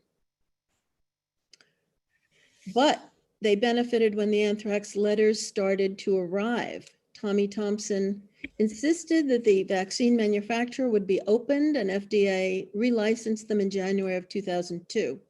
Subsequently, they earned unbelievable record profits, perhaps for a government contractor. They started buying up other biodefense companies, and they are currently worth $7 billion, around 500 times what the company cost in 1998. One of their latest products was Narcan nasal spray, the opioid antidote, and since they bought that company, sales are up 600%. And my governor bought one kit for every 37 people in Maine. But what the people watching need to know is that this company, Emergent Biosolutions, or EBS, has been chosen to manufacture 3 of the 8 COVID vaccines that have been selected for advanced development by the US government. Those are the AstraZeneca vaccine, the Johnson & Johnson vaccine, and the Novavax COVID vaccine. So you have to be aware they have had several products that have had terrible reputations, and we have no idea. They've never brought a product to market themselves. We have no idea how their manufacturing will be of these vaccines. To change the subject, terrorizing and controlling us with false information. We have been instilled with terror about the virus, partly by the spread of contradictory, completely confusing, and implausible media messages, which has left many in the country helpless. They can't make sense of the news they're getting. Where I live, most of the cases that are being counted aren't even sick. They're asymptomatic and they're not spreading the disease. I want to make clear that immunity does occur after infection through T cells, whether or not you can measure antibodies. This has long been known for viruses, and that repeat infections are extraordinarily rare. Surreal, extraordinary, amazing, illegal methods have been used to suppress information about effective drugs that will treat this virus. Those drugs include hydroxychloroquine, which is the one we know most about, but there are others. Governors, pharmacy boards, health departments, and others have made the use of hydroxychloroquine illegal in many countries, in certain states, under certain conditions. And the FDA, CDC, and NIH have all instructed doctors not to use it. With this effective treatment, hydroxychloroquine, the pandemic would actually end quickly. It is highly effective early. It's partially effective late. It is pretty good, not perfect, as a prophylactic with 2 pills a week, which is being used in some areas of the world. There's a website, c19study.com, that is a tremendous resource. It's updated daily, and you can read all about this with all the papers that have been published. Low vitamin D and zinc levels in the blood are both associated with more severe illness. So you may want to either take supplements or have your levels checked. And I'm just going to mention a few of the steps that have been used to suppress the use of hydroxychloroquine. First is that at least 4 huge multi-center clinical trials decided to overdose patients, giving them 4 times the normal amount. This is a potentially lethal dose, especially in smaller people. And excessive deaths in the trials made the drug appear ineffective. NIH's guidelines were written by a large number of people. About half the guideline committee had financial ties to the manufacturer of hydroxychloroquine's, hydroxychloroquine's competitor. Next slide. Fauci's NIAID canceled their 2 trials of outpatient treatment with the drug before they were completed, claiming they didn't have enough subjects, but probably to prevent the positive effects. Excuse me, Meryl. Yes. Yeah, I didn't start I'm on, I didn't start even to the first slide, unfortunately. So the first slide. I'm on 8. Oh, okay. Let me make sure I get the count right. Okay. Can we put this slideshow on for people who come to look at this afterwards? Sure we can. Okay. All right. Trials that were funded were restricted to hospitalized patients. And at one time, the FDA said only hospitalized patients should get the drug. Now they say only patients in clinical trials should get the drug. This is too late to be very effective. And as we've seen, clinical trials can be controlled. There's been a sustained drumbeat by experts and the media that the drug doesn't work.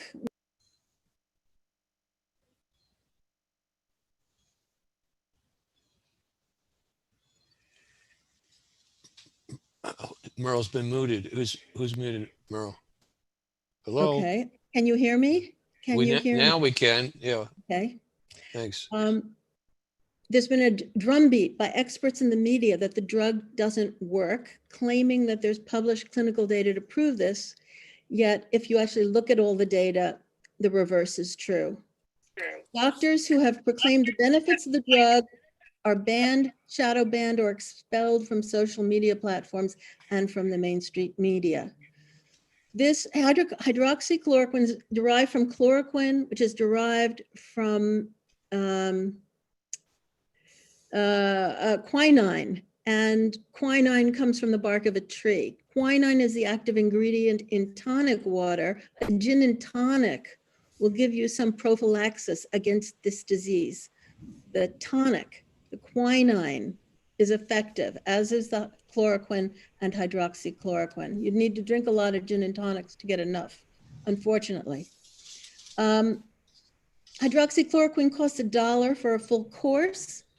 Remdesivir costs $3,000 or more, and it's only good in the late stage.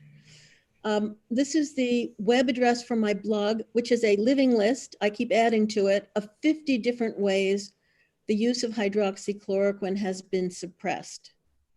The fact that we have an effective drug for SARS-CoV-2, and yet governments around the world, manufacturers, the UN, other groups, very powerful groups have been suppressing it, tells us without question that the powers that be are committed to maintaining the pandemic for other reasons. Now, the important question is, why are the powers that be committed to maintaining the pandemic, defunding the police, destroying education, encouraging demonstrations that last months? Maybe I am going off the deep end. I'm going to start being speculative, but here are some possibilities. Slide 10. This was published in the journal Cell on September 3rd by America's doctor, Tony Fauci. Quote, "The COVID-19 pandemic is yet another reminder added to the rapidly growing archive of historical reminders that in a human-dominated world in which our human activities represent aggressive, damaging, and unbalanced interactions with nature, we will increasingly provoke new disease emergences. We remain at risk for the foreseeable future. This should force us to begin to think in earnest and collectively about living in a more thoughtful and creative harmony with nature." Okay, this is from the guy who more than anyone has prolonged the pandemic. This has to be examined closely. This statement is a narrative that blames human encroachment on nature for the pandemic. It insists that current human activities will provoke more pandemics. What is it intended to mean? Is it foreshadowing a population cull, moving people from the country into cities? Furthermore, this narrative depends on SARS-CoV-2 having originated in a bat cave and not in a lab. This may be why the lab origin theory has taken so much heat. It also may be why the major public opponent of the theory that SARS-CoV-2 originated in a lab, whose name is Peter Daszak of the EcoHealth Alliance, who also helped fund the Wuhan lab. Why did he get 77 Nobel laureates to write to NIH on behalf of his funding? He's funded by DOD, NSF, USAID, and Fauci's NIAID. He's been mentored in Nature, Science, the New York Times, The Guardian, and NPR in the last month, always propounding the theory that human encroachments on nature are the cause of pandemics. Here's just a paper from 2015 published in Nature, which revealed that a lab-made coronavirus chimera had been designed to infect human cells. Just one bit of evidence that viruses like the current one do come from labs. Impressive efforts have been made to suppress that theory.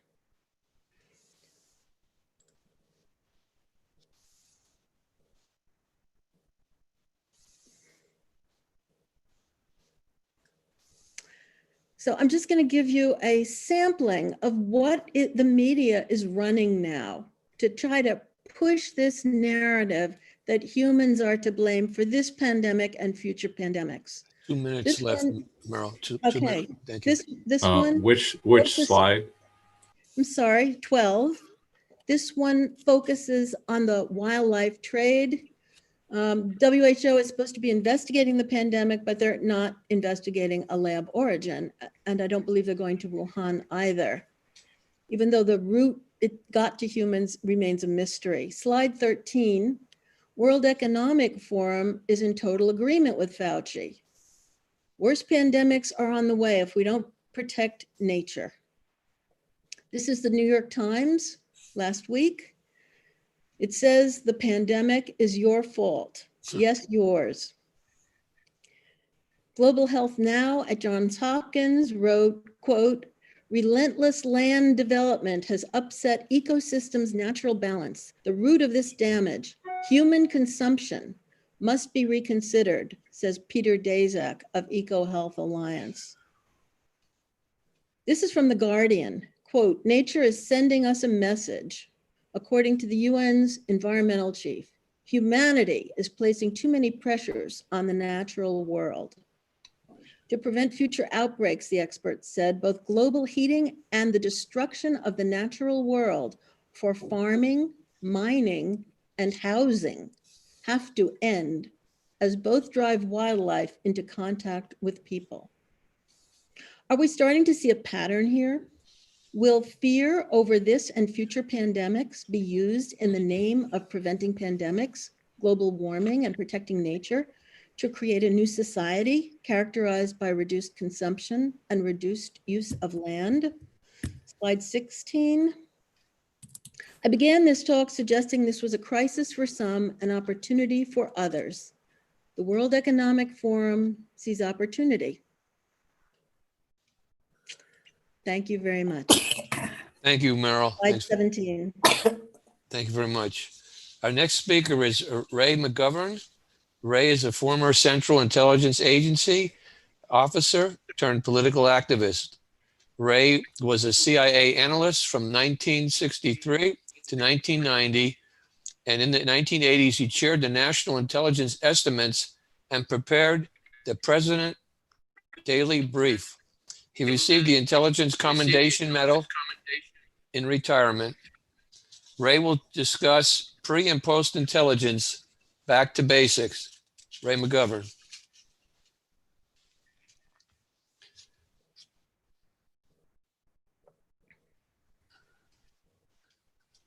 Ray, are you there? Unmute yourself. Put your camera on. You're there. Thank you all for listening. There you go. Wait a Hey. minute. Can you hear me okay? Yeah, you're good. Thanks. My wife wants to mute me, but let's not get into that. I'm from New York, right? I was born in the Bronx. My wife was born in Brooklyn. She married up. I left New York, but not in spirit. especially when 9/11 happened. My wife lost a cousin on top of one of those buildings. We don't need that slide right now. I'm going to put it up in just another minute or so, if you can take it down. What I'm going to do here is avoid the temptation to talk about dancing Israelis or things like how it is that our police forces are now trained by Israeli Defense Forces as to how to treat Untermenschen, like Palestinians. But I am going to go to the core of things because we need to talk about how this kind of thing can happen. Oh, I'm bringing it over. And are we okay here? But then we discovered that you needed 2 pieces. If you're not speaking, please mute yourself. Only Ray should be speaking. Yeah. Are Sorry, we okay? Can you Yeah, hear me? go ahead. Yeah, everyone mute themselves if you're not speaking. Please. I'm not muting myself. No, not you, Ray. Everybody else, mute themselves, please. Okay. All right. Well, why would people do these kinds of things? You know, I mean, who would do this kind of heinous thing? And how about the aftermath? The incredible aftermath, which involved wars of aggression, war crimes against Iraq and Syria. Who would benefit from that kind of thing, knowing that that kind of thing might be likely? Well, let me just suggest that I'll give you a couple of for instances. That's what we do in the Bronx. We provide for instances, which are a pretty good pedagogical technique, actually. May I have the first slide, please? Let me introduce it by simply saying that as the 9/11 Commission was preparing its report, and I know some of the people who were on that commission, they were deathly interested, very interested in why Khalid Sheikh Mohammed, the already identified mastermind of this thing, why he would do such a thing. And then they found out from the Washington Post that he had been captured. So they went to the CIA operatives and said, let's interview him, find out why he did this thing. And the CIA, no, we'll interview him, and we'll give you something of what he says. Well, what he says is this. It appears on page 147 of the 9/11 Commission report. By his own account, Khalid Sheikh Mohammed's animus toward the United States stemmed not from his experience there as a student, but rather from his violent disagreement with US foreign policy favoring Israel. Now that made it onto page 147 of the commission report. It was unique in the respect that nobody really followed up on that. Now the CIA had done a study saying, you know, it's really a problem of how the Muslims hate us, and we ought to get to the bottom of that problem. But nobody would identify the problem, okay? It's very, very sensitive in Washington and New York and just about everywhere in the United States until the Defense Science Board. This is an interesting instance here. The Defense Science Board is a board picked by the Pentagon. It's usually, as you can imagine, amazingly conservative, but it's science. Like, you know, I believe in science, and these guys do too, and they look for causes and effects. And so they came out with this incredible report in September of 2004, right after the 9/11 Commission report. And here's what it said. Could we have the second slide, please? Okay, try to visualize this as one paragraph, okay?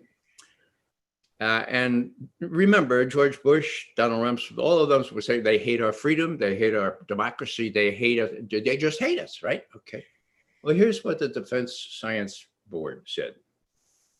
Muslims don't hate our freedom. Rather, they hate our policies.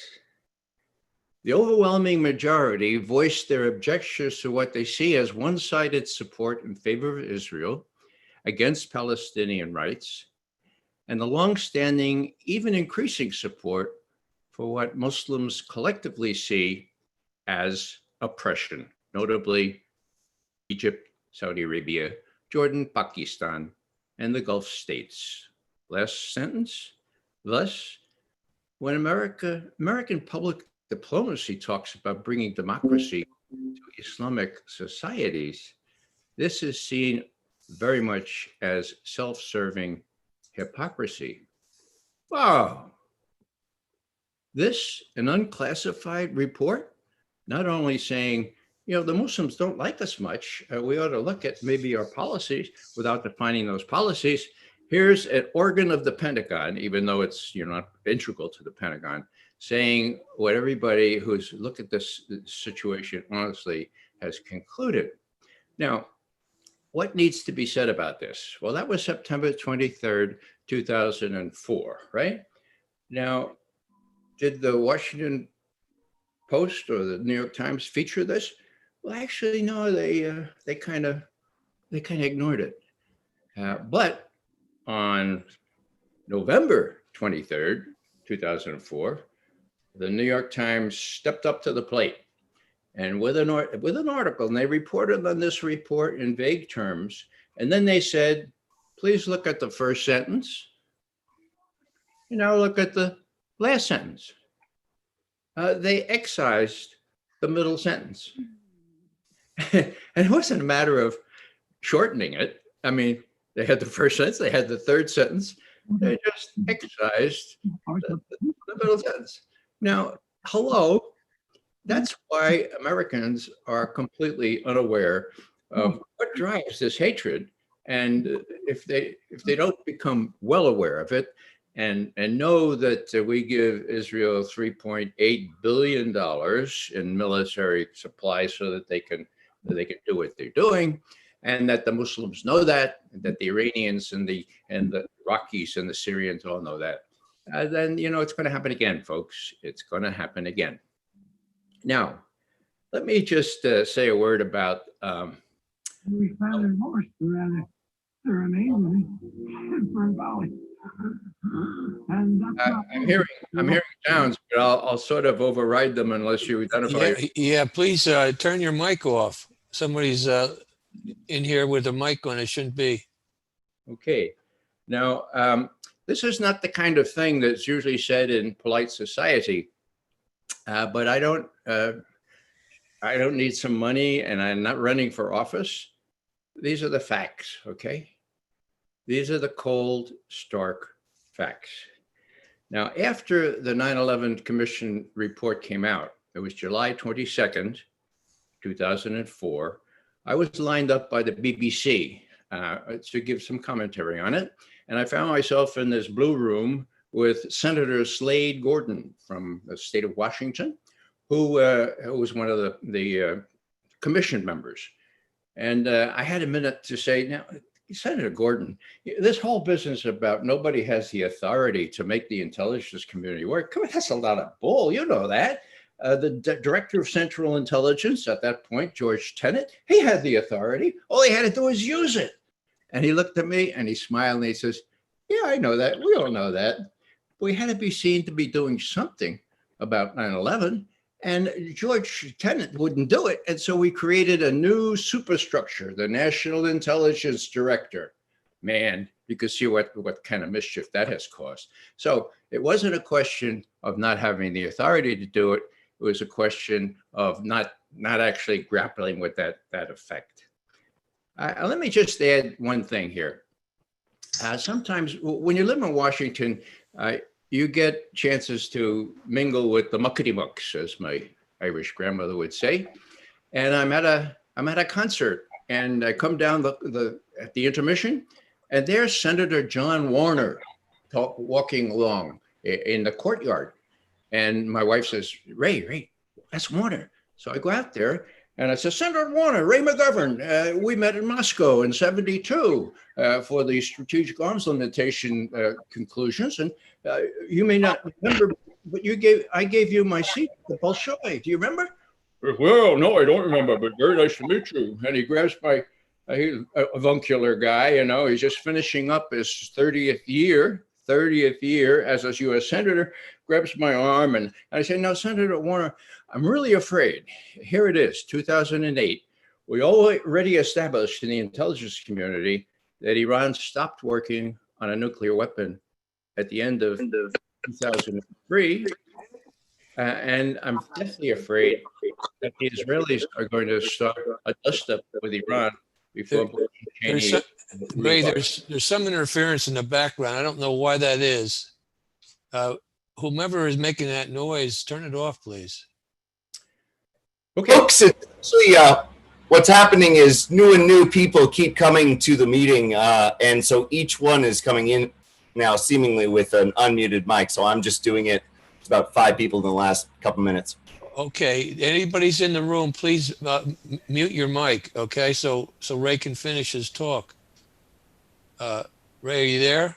Yeah, I'm here. Okay, thanks. Sorry about that. We got new people coming in and they had their mics open. Okay, thanks. Change the setting, David, so that they'll be muted upon entry. Okay, good. Yeah, thank you. Okay, do I get a minute or two? Take another 5. Go ahead. Good. All right. So I say to Senator Warner, who's got my arm, he's walking along with me as though I'm a good friend now. And I said, Senator Warner, I'm really worried that the Israelis are going to start an attack on Iran and draw us into it before Bush and Cheney leave office.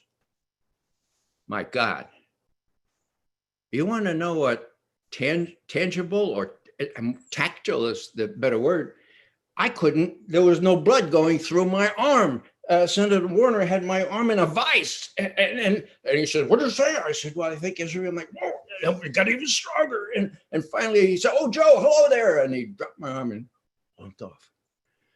So I said to myself, my God, here's a much honored senator, 30 years, senator from Virginia, head of the Armed Services Committee, distinguished and not running for re-election. And I mentioned the word Israel, and he grabbed my arm, and there's no blood pumping through there. My God, what a tactile, what a tangible example of what happens when even someone who has nothing to lose, for God's sake, here's the word Israel, is so preconditioned not to want to deal with the problem. So just kind of finishing up here, it becomes really so obvious, but only to those of us who look. Now, you don't have to believe me. Trump, I don't have the thing in front of me, but 5 days ago in Winston-Salem, North Carolina, Trump was bragging about energy self-dependence. So we don't have to worry about oil in the Middle East anymore. The only thing we're in the Middle East for is to protect Israel. We're fine. And the only thing, he says it 3 times, we're only there to protect Israel, right? Okay, now, that was headlines in the New York Times, right? No. Headlines, what? It was complete. How many of you heard that? Well, if you're not tuned into Mondevice, the website that handles these kind of things, you would never know he said that. So we have the media against us and getting at the cardinal issues here. The cardinal issues are the ones that Khalid Sheikh Mohammed elucidated when he was asked, why did you do this? And, the young people that interrogated him had the book on him, like he has an engineering degree in mechanical engineering from the University of North Carolina in Greensboro. Oh, he must have had an affair of the heart there. He must have been dissed by his girlfriend, or maybe they made fun of him wearing that crazy hat, or, he must have had a really bad experience in North Carolina. Well, as you saw from that quote, it wasn't his student days in North Carolina. It was his extreme hatred, his extreme reaction to U.S. policy favoring Israel. And I'll just finish here by saying that there's going to be no difference no matter who wins. There's going to be additional grievances with respect to what's happening to the Palestinians, what's happening to other people who are oppressed by Israel. There's going to be increasing pressure on people like me not to say these things, When I testified in Congress one time, I said, you all keep referring to Israel as our ally. That's wrong. Israel is not our ally. Look, what do you mean? I said, yeah, look in the Webster's. An ally is someone with whom your country has a mutual defense treaty. And there isn't any, okay? Now, I happen to know from my former colleagues that we offered Israel a mutual defense treaty. This was after the Arabs did attack Israel in 73. And the Israelis said, well, thanks, that's so kind, but thanks, but no thanks.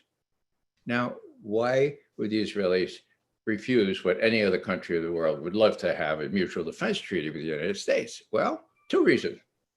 One is that, they like to kind of be on their own, and they'd much rather go ahead and attack Syria or Iraq without having to ask the permission or even coordinate with the other member of this alliance, it would be at that point.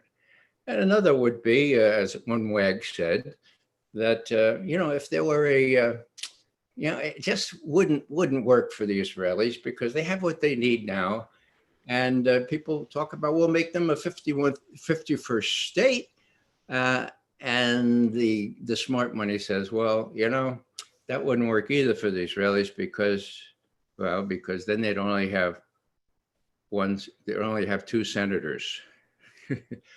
That's a joke, folks, but this is no joking matter. If we don't get to the bottom of this, if we are prevented from addressing this issue by the press, which is so slanted against, in favor of Israel, we'll never get to the bottom of it. And sure as can be, mark my words, there'll be another 9/11, and it won't be nice, but we'll know a little bit more, hopefully, about why and how to react in a more reasonable manner.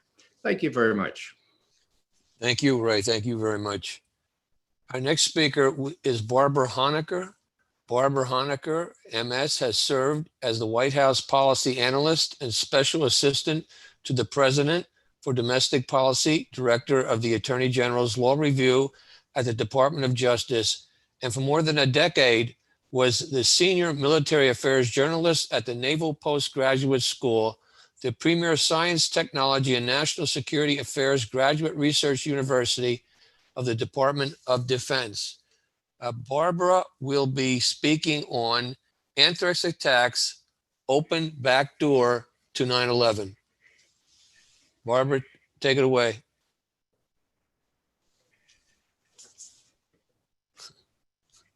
I'll wait until I'm on the full screen. Okay, here you go. And my 15 minutes, if you could tell me when that is up.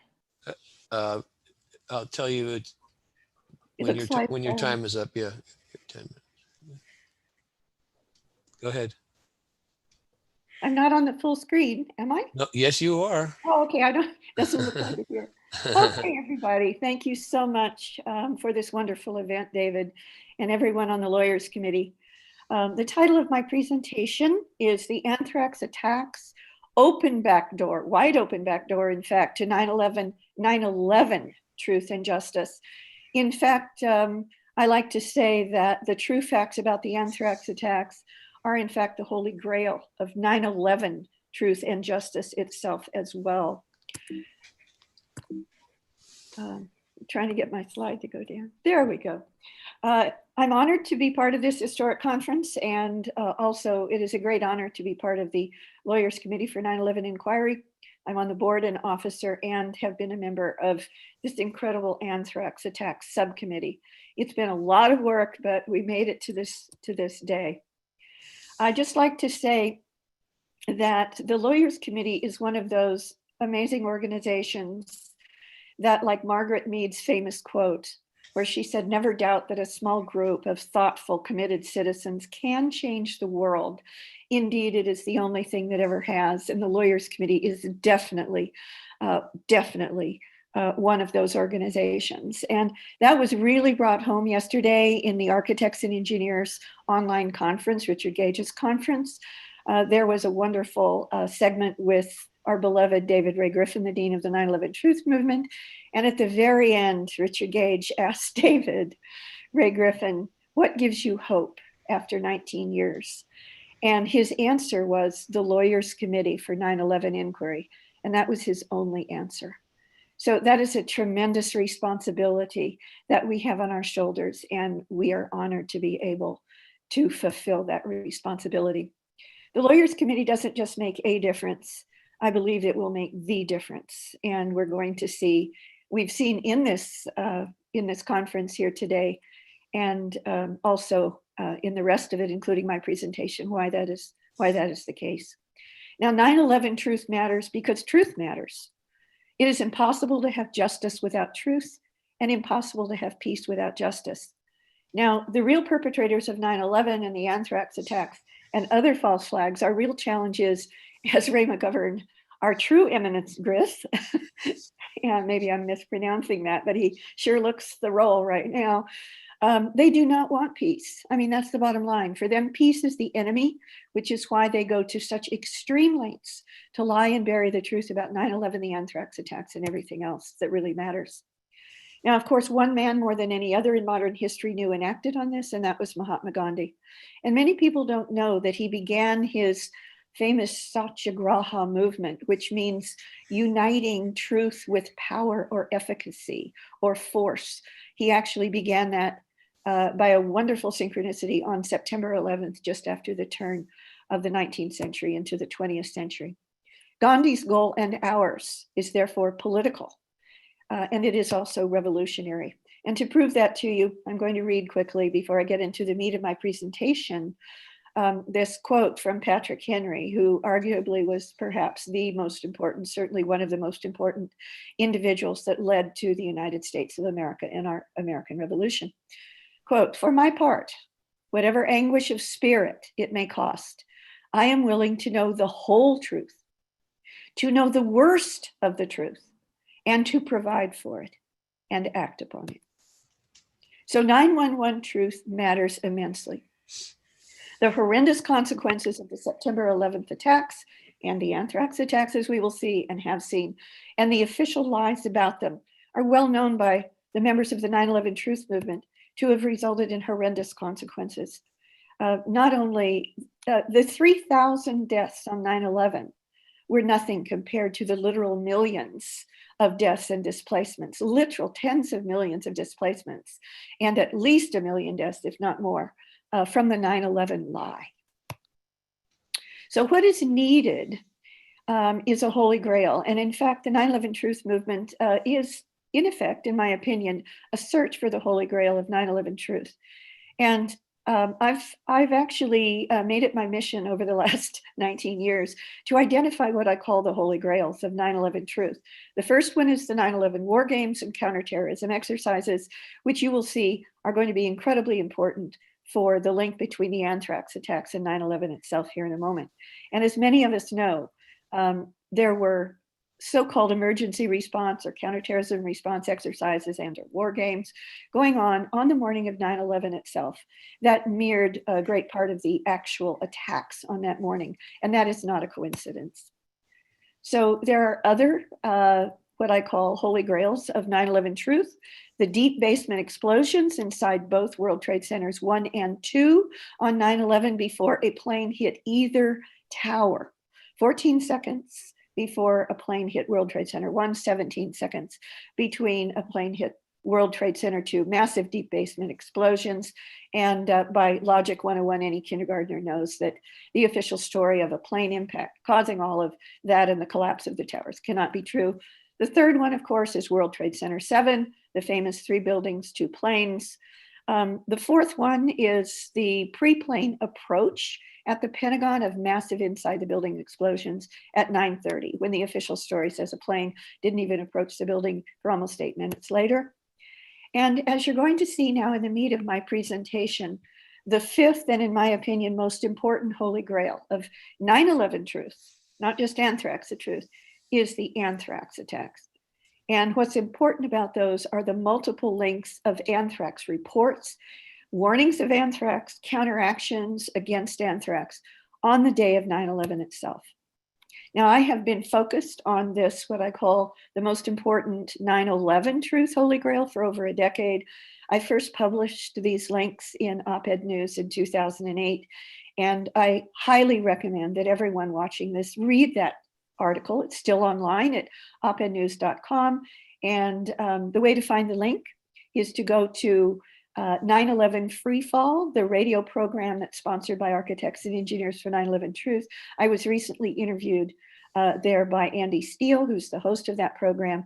And if you just go there recently, you'll find the link to the audio of that interview. But scroll down a little bit and you will get to the link to my article from 2008 called Links of Anthrax to 9/11. You simply need to know all of them. I'm going to go into a few of the most important ones here. Now, the most well-known link to anthrax on the day of 9/11 itself, of course, many of us in the movement and beyond the movement know that that is Jerome Hauer, who had been the head of security for the World Trade Center. And most people don't know, even in the movement, was an expert on building collapses. In fact, he's been referred to by the New York Times, I believe, as I recall correctly, obsessed with building collapses and the effects of building collapses and the responses to building collapses, not coincidentally, for 9/11. And it was Jerome Hauer who personally put the Bush-Cheney White House on anti-anthrax CIPRO on 9/11. Not after the letters were mailed, not after the letters were received, not after the public knew about the letters, but on 9/11. And we know from William Patrick III, who was known as the father of the US biowarfare program. William Patrick has told us on PBS Frontline, that if you get anthrax, inhalation anthrax, you must go on antibiotics in the first 24 hours immediately, or it can lead to death, which rules out that Jerome Hauer put the White House personnel on anti-anthrax CIPRO on 9/11 itself. It rules out that that was because of the fear of a future anthrax attack. All right, but there are many other links to 9/11 itself, to anthrax warnings, threats, and counteractions. I'm just going to mention a couple of them in my 2008 article. One of the most important to me, because we have the audio tape of him saying this, is an eyewitness. And in the New York Oral History Project, which is a public audio testimony, you can hear it online. Ground Zero resident Bruno Dellinger reported that on the morning of 9/11, he was pulled into a bank building by an FBI agent, had a big FBI in gold letters on the back of his jacket. And as they together looked out of the large clear plate glass window at the pyroclastic cloud from the collapse of World Trade Center to barreling down the street past that door, the FBI agent said to him, "We knew," meaning the FBI, "we knew that this was coming down and that it would involve anthrax." And he told him to immediately, as soon as he could, go to a hospital and get checked for anthrax because, quote, "you never know what was in those planes," unquote. Also, as many of us know in the movement, Graeme MacQueen has detailed in his wonderful book, The Anthrax Attacks Deception, between 9/11 and the very first anthrax attack letter being received, let alone mailed, let alone postmarked, high-level government and media elites began taking anti-anthrax CIPRO. In fact, there was a run on it. But the most important link of anthrax or anthrax warnings, threats, and counter-response is what is known as the Tripod 2 counterterrorism exercise that was being prepared in the very same weeks and months leading up to 9/11 that the controlled demolition explosives and incendiaries were being planted throughout the towers in World Trade Center 7. Now, I'm going to quickly get across here why this exercise is so important with a series of what ifs. What if, just like there were war games and counterterrorism exercises on hijack, and even with the National Reconnaissance Office on the morning of 9/11, even a scenario exercise on a plane crashing into one of its corner towers. What if there were, on the morning of 9/11 itself, there were links to anthrax? What if in a high-level federal government FEMA New York City counterterrorism exercise just happened to be planned for the next day, September 12th, for which FEMA and other personnel were already in New York City on September 10th, the day before the attacks? What if the scenario for that exercise was an anthrax attack?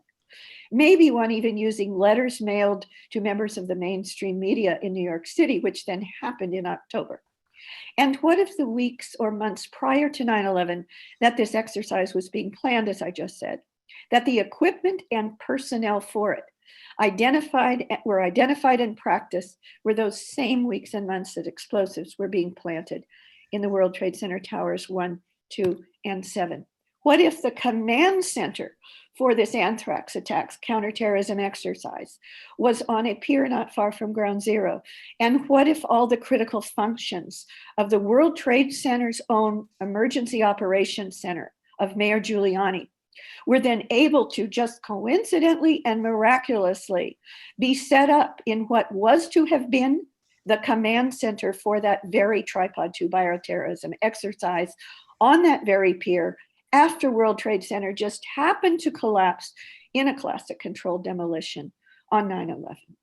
Now, these aren't what ifs, they are real and they happened. And they are the holy grail of both the anthrax attacks and 9/11, because any direct links between the anthrax attacks that the government itself insists was an inside job and 9/11, which, remember, our government is now desperate that the American people not also know was an inside job. By Logic 101, therefore, 9/11 itself had to have been an inside job, and we have effectively gotten the government to admit it. So that's why it is so critically important that the Lawyers Committee anthrax petition, not only the one to Congress, which we are imminently about to file there electronically, but also the much longer and more detailed petition to the U.S. Attorney for the District of Columbia that will be submitted in mid-October, coming up just in a few weeks. Why those two petitions, and they're related, of course, much of the same content, that those two petitions are so critically important, not just for the anthrax attacks truth, but for 9/11 truth itself. So I hope that I have now convinced you that the true facts about anthrax and the anthrax attacks and their links to 9/11 itself could well be the holy grail of 9/11 truth. Thank you. Barbara, thank you very much. Our next speaker is the New York Fire Commissioner, Chris Gioia. Chris is a 30-year member of the Franklin Square Munson Fire Department, has served as chief from 2007 to 2012. He's also a veteran of the Marine Corps, as well as an EMT for 25 years. Chris is going to speak about fire department activism and reflection on 9/11 truth. Chris is a good friend of the Lawyers Committee. Christopher, you've got center stage. Commissioner Gioia, you're on mute, so you go ahead and unmute yourself. Just press unmute. Hey, how about that? There you go. How you doing? Thank you, David, and thank you for inviting me to the conference today. Let me get my notes ready, please. There we go. Okay, for those of you who don't know me, my name is Christopher Gioia, and I'm a fire commissioner with the Franklin Square Munson Fire District in Nassau County, New York. On July 24th, 2019, the Board of Fire Commissioners of the Franklin Square Munson Fire District unanimously passed a resolution of support for a petition filed by the Lawyers Committee for 9/11 inquiry, calling for a special federal grand jury investigation into the events of 9/11. On November 22nd, 2019, the Association of Fire Districts of Nassau County, New York, approved my motion of support for that petition filed by the Lawyers Committee. And this organization represents 72 fire districts in Nassau County, New York. So how does the DOJ respond to this petition? Any reasonable person would think that they would be falling all over themselves to look at evidence that wasn't looked at before into the worst act of terrorism against our country. Instead, the U.S. Attorney's Office is treating this like kryptonite and seeks to have it dismissed on a legal technicality that the plaintiffs lack standing. Imagine that.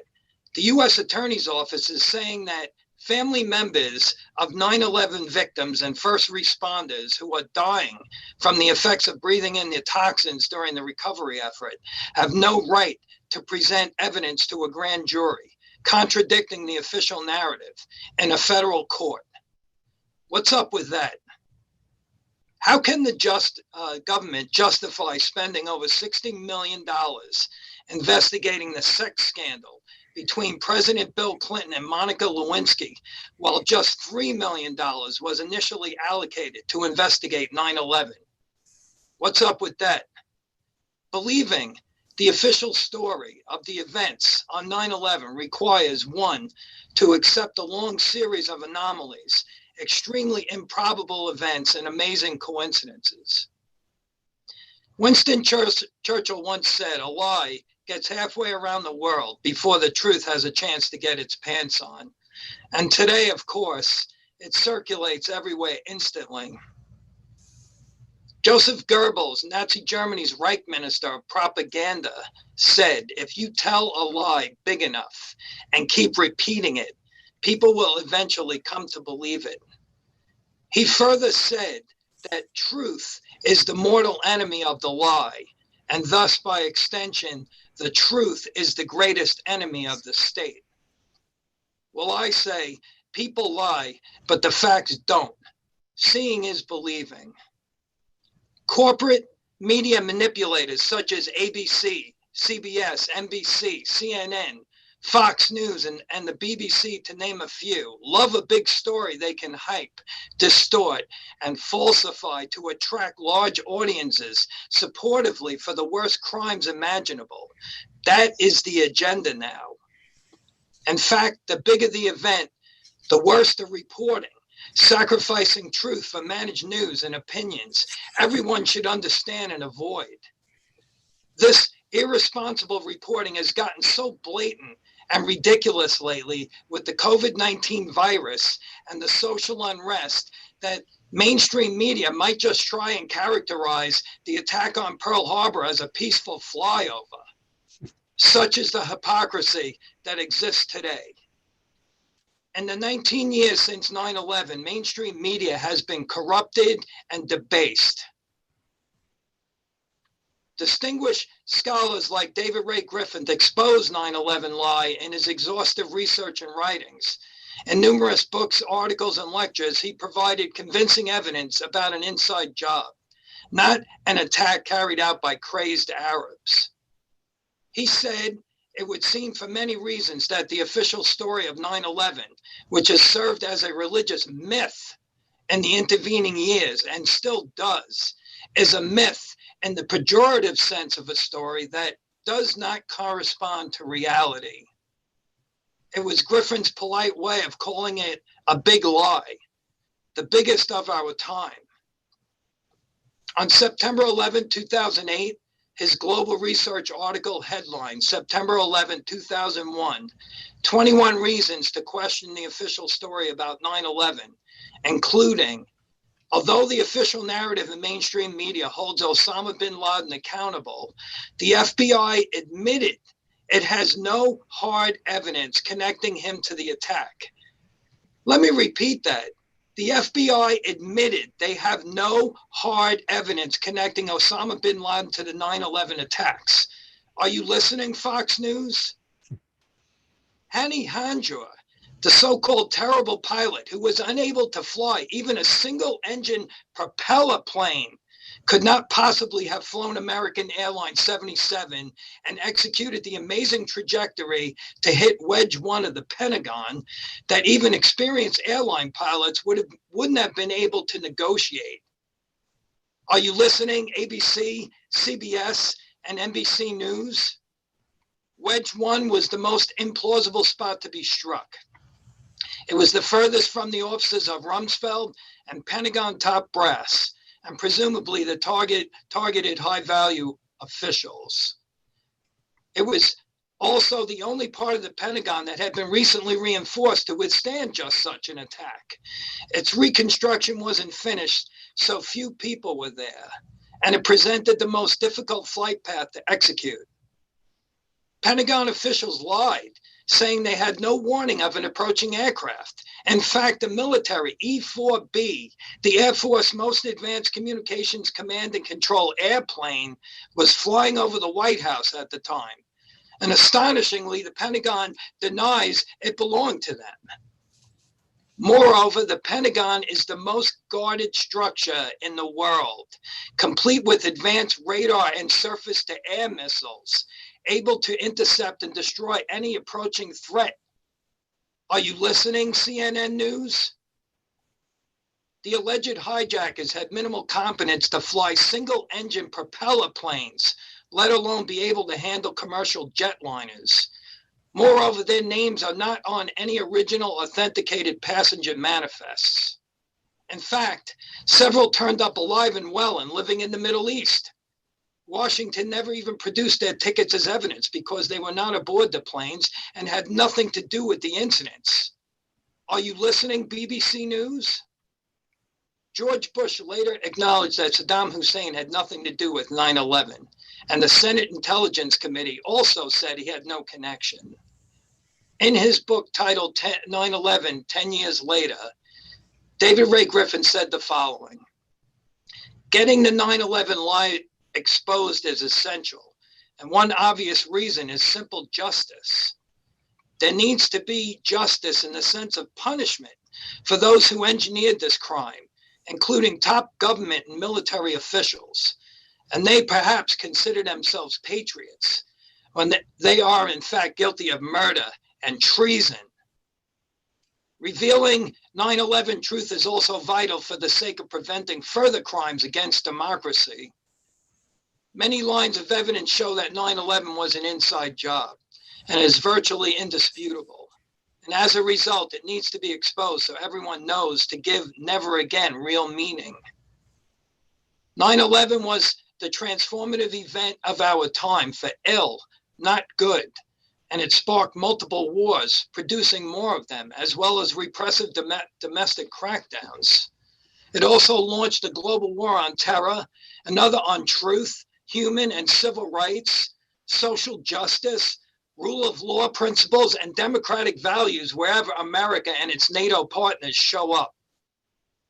September 11th, 2020 marked the 19th anniversary of a day those old enough to remember won't ever forget, nor should they forgive political Washington for using it to wage war on humanity.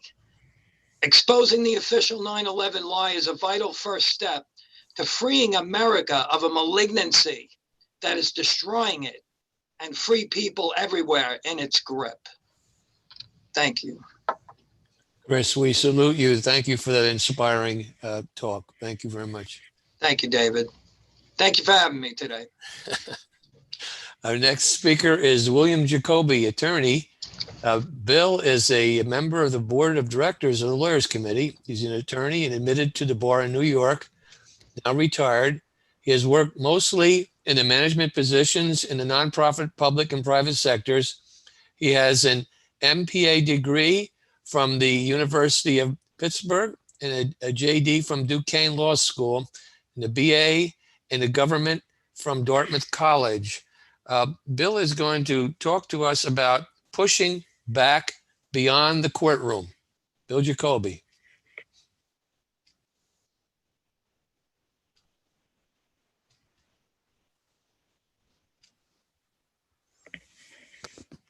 We're not hearing you, Bill.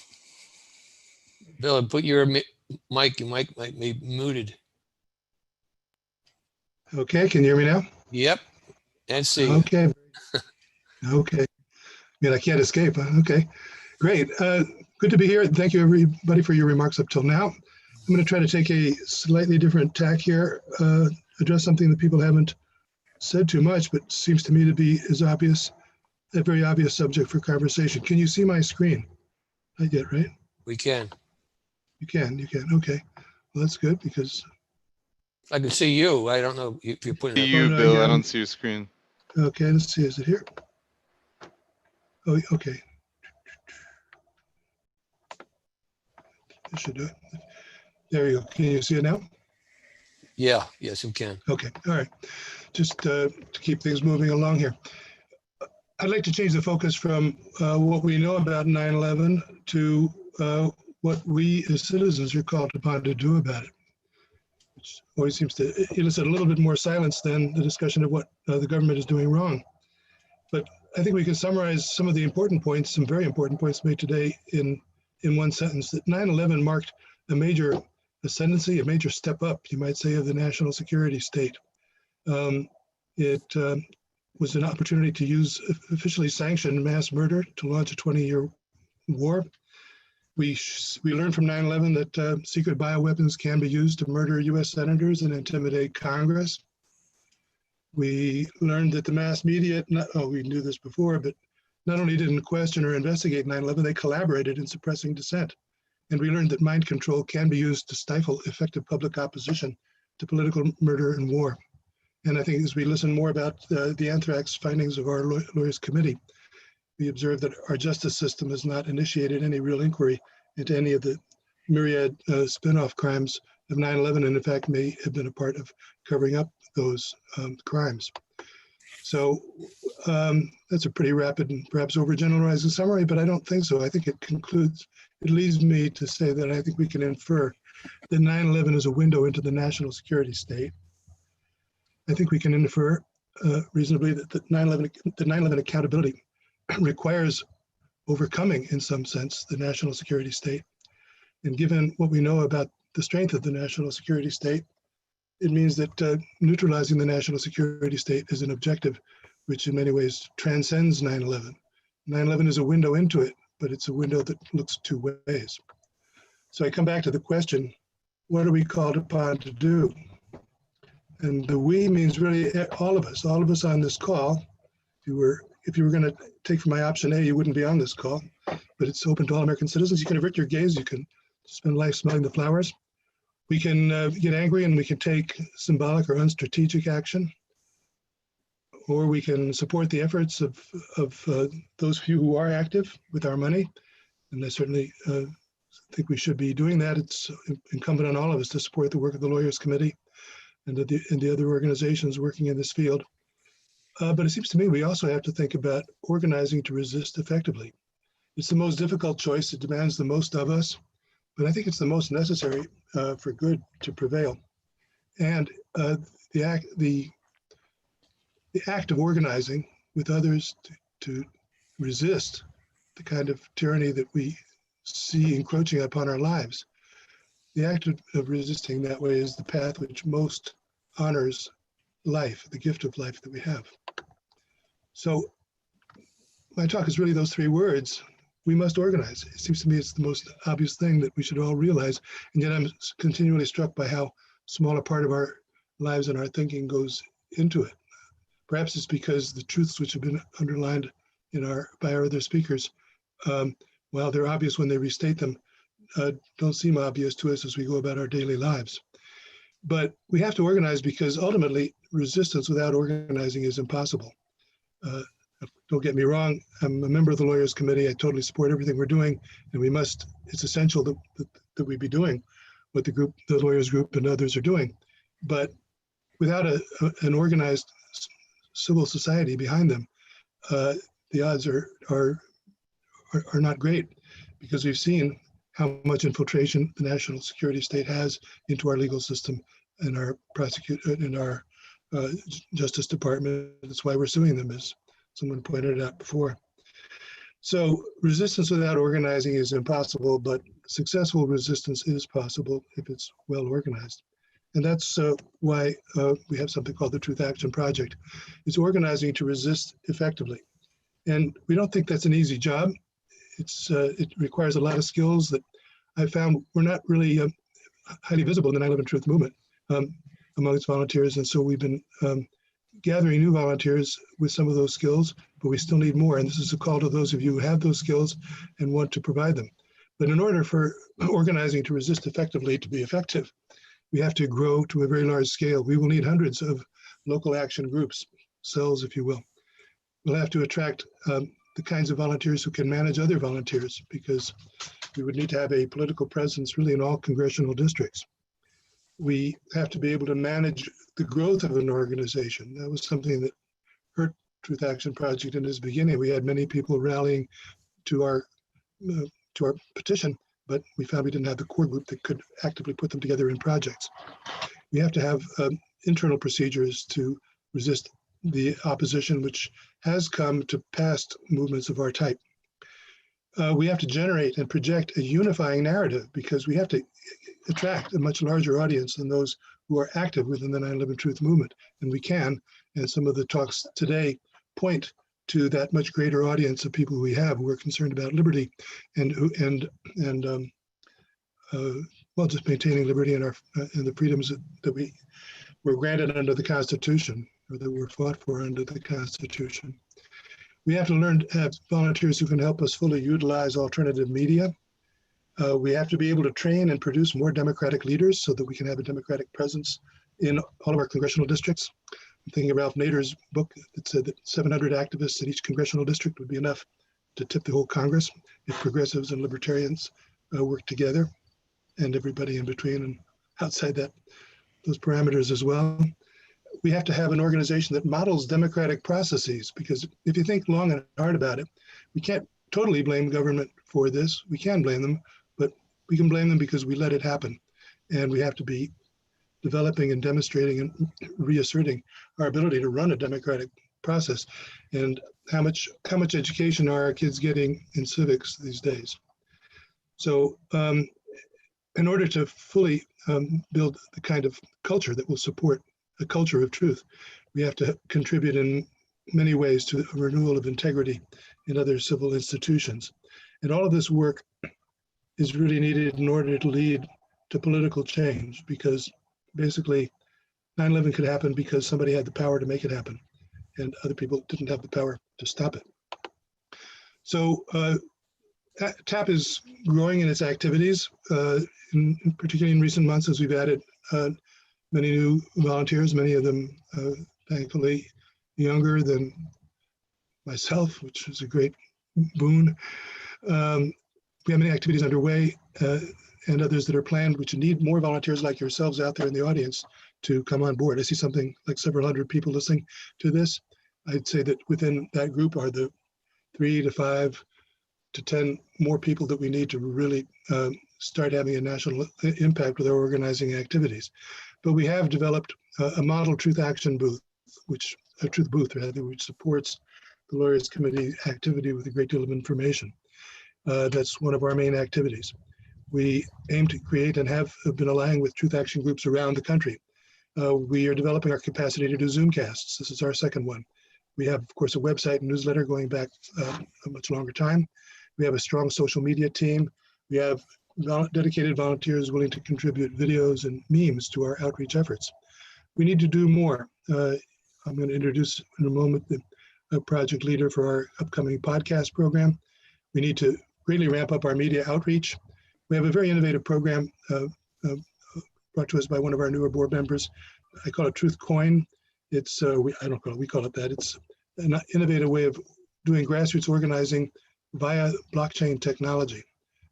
It's a good fallback in the event that any serious suppression would occur, which would occur if we were at a larger scale. We need to develop a truth legislative agenda, an agenda of legislative reforms which cross party lines, ideological lines, that can serve as a basis for political action at a later stage. We need to build our local organizations, our local grassroots groups into state and regional committees. We need to interview, and this is something we've made progress on recently, interview everyone who expresses interest in working with us to see how they can help us in ways which are practical and exciting for them, as well as useful for us in our strategic planning. We have to train and develop leaders. We have to build alliances. So all of these are things which we need more help to do. And I think they're part of organizing in order to resist. We try to draw a distinction between mere activism and strategic activism. we don't really believe in action for action's sake alone, even though our motto really is truth demands action. We believe that. But it's not action that just responds to the activist need that makes us feel good alone. That can invite predictable failure. It can waste valuable time and resources. Rather, what we support is strategic activism. We have a strategic plan. We need to continually update, revise, and improve upon it. But strategy is, I think most of us know, involves selecting the best course of action from among alternative courses of action, which is the course most likely to achieve your goal. It takes time to identify each of its obstacles. It includes the development of sub-strategies to overcome every obstacle. And I think from what you've heard earlier today, and from your own knowledge, you can tell that the more successful this movement becomes, more opposition it will face of from its adversaries.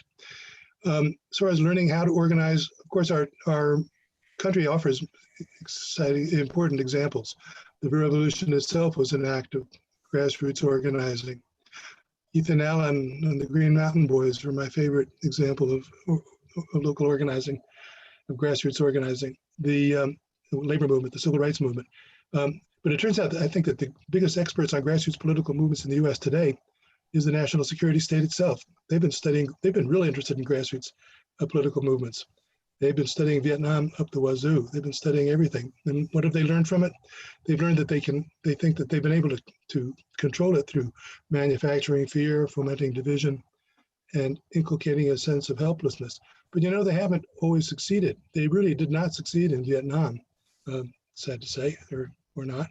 And therefore, for all our resources that have been put into this, they haven't necessarily proven that with all their Rand companies, corporate creation studies, that they've learned how to stifle real organizing. The problem, the burden is that we in the movement have not taken the time to study what organizing itself means.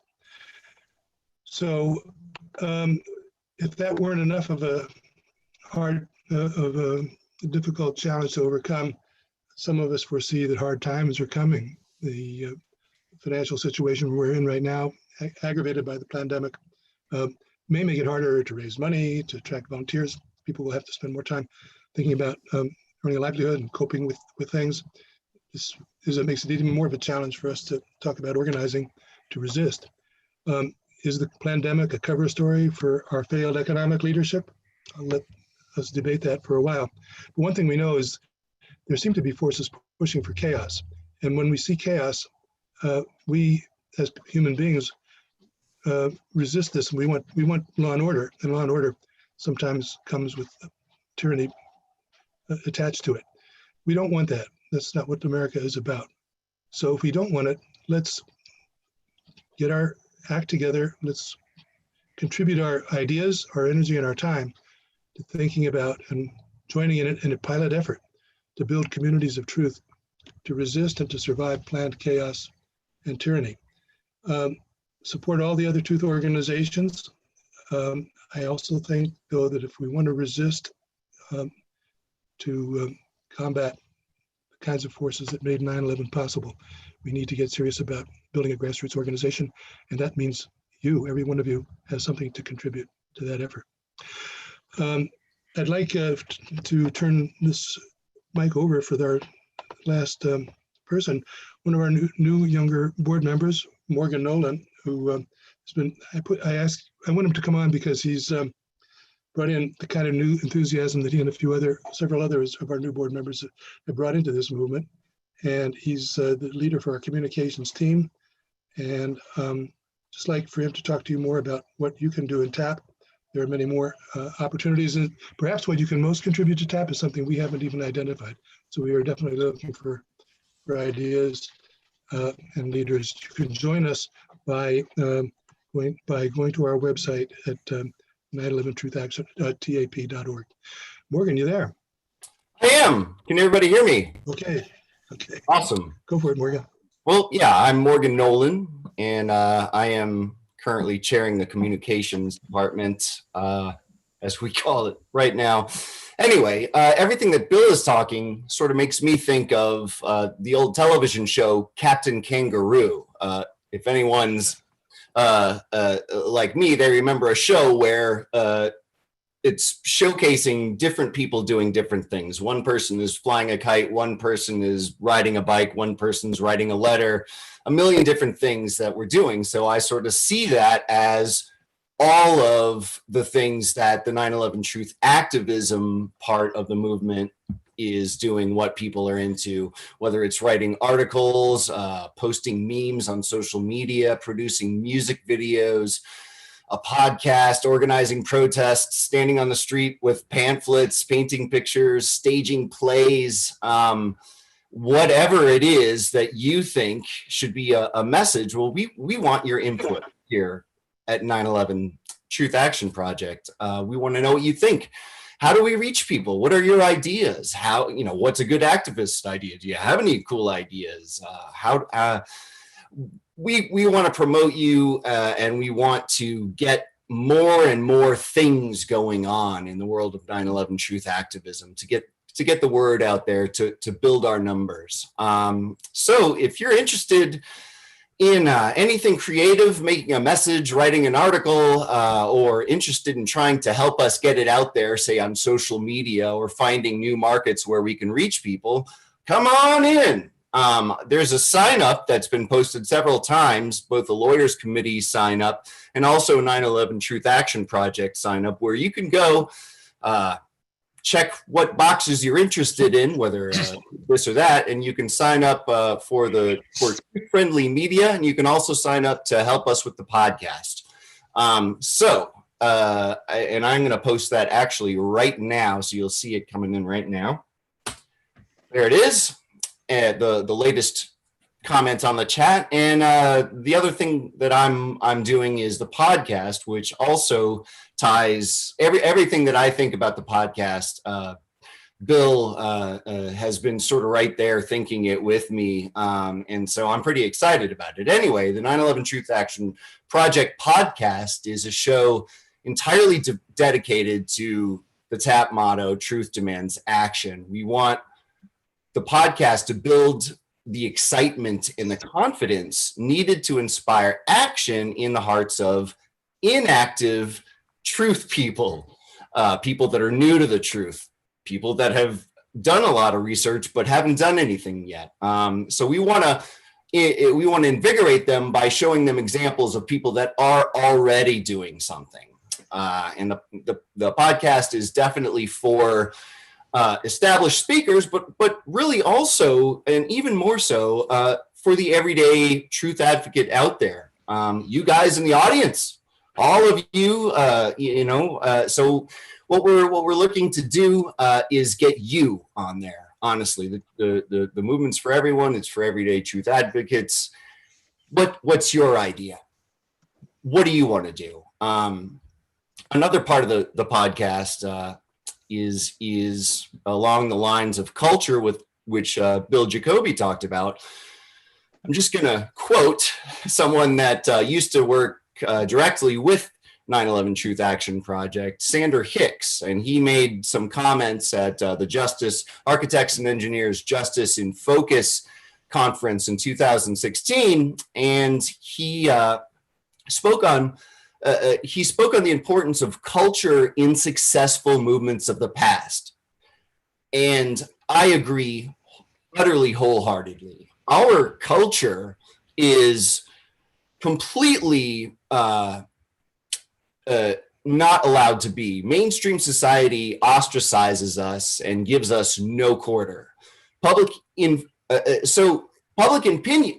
opinion is informed and strengthened through a journalistic process when the press is free, right? But since the press isn't free on the discussion of 9/11 truth, we all end up fighting over who's right, and then we fight over whose message gets to be the one that gets to the public, who gets promoted, who doesn't, and the podcast seeks to take the fight out of our disagreements and our sort of factions and different camps in 9/11 truth. Let's take the fight out of our disagreements and instead exemplify positive, proactive, academically rigored seminar. Let's discuss our differences positively. This is going to help everyday people out there become more open-minded while more shrewd. And let's face it, it's okay to be wrong. It's okay to think this or to think that, or what we need to do is take the learning process back in the movement. And so in order to do that, we need to showcase adults talking in professional, positive, proactive ways that allow people to learn instead of feeling like they have to pick one side or the other. We need a safe place where we can unify, learn, and also affirm our identity and right to exist as 9/11 truth advocates. The podcast is ultimately also a place where friends are made and people can get to know each other, sojourn, commiserate, laugh, cry, share 9/11 stories about Thanksgiving. Let's get to know each other. Let's we can disagree, but let's be good about it. Let's be positive, and let's create a better road for those that are new coming into 9/11 truth, so that they can learn without being afraid of being wrong. And that does it. Please go check out those links that have been posted. Sign up on our website. Sign up on the Lawyers Committee's Lawyers Committee website. And that's all I've got. Thank you. Okay, Morgan, thank you very much. We're a little over time now. We could probably take a few questions from the audience. I have a chat room here and trying to look at it, see what we got here. So one for Ray McGovern. Is Ray still here? Question to Ray McGovern. Is Ray? No. A lot of questions, but I just have to scroll them up. Hello? I am. Okay, good, Ray. I have a question for you. If I can see if I can find it now. Okay. Do you think possibly that the men that took us to war in the Middle East did so because they perceived it was a danger to America, and thus the deaths on 9/11 were minor in comparison? No, I don't believe that. I don't believe that for a second. And I think all the evidence is preponderantly against that kind of surmise. Okay, thanks. Let's see who else we got. I saw some for Mick here, and I'm scrolling back for the last few hours to see what we got. So Dave, I've got a couple I could answer while you're looking. Okay, go ahead, Mick. Sure. So we had Jane forwarded a question. Folks asked, the New York City firemen would like to speak out, but some are worried about their pensions. What can be done basically to protect them? Short answer is there's no legal basis for denying a fireman a pension or removing their pension just because they speak out. It's actually a violation of the First Amendment. So if any fireman has that problem, they should get in contact with us. And personally, as a lawyer, I would be happy to help anyone with that problem. It is a federal lawsuit waiting to happen. It's a First Amendment violation. So I would hope fire folks wouldn't be intimidated by that implied threat. I haven't heard of anyone losing their pension for speaking out. So I think it's more of a concern our adversaries might want to spread. I don't think it's a real one. And if it happens, we can deal with it. Okay, thanks. This is a question for Barbara. It's from Dave Schlesinger, I think, or it's a reference. It says, he says that he met with Jerome Hauer personally. He did not urge Cheney to take Cipro, so he wants a dialogue with her on this. Okay, do you know anything about that, Barbara, with regard to Jerome Hauer? Can you hear me? Yeah. Yeah. That's a report by one person, Dave Schlesinger. I'm not saying it isn't true, but that's not what's been reported in the mainstream media. So you could decide. This is for Dr. Boyal. Is he here? Yep. Good. Okay. It's for Dr. Boyal. I'm here. Okay, great. All I've right, been here all along, don't worry. great. Okay, it says another question, so there must be some before it. Is the current status of bioweapon treaty, and where can we find information about it? So what's the current status, and where can we find information about the bioweapons treaty?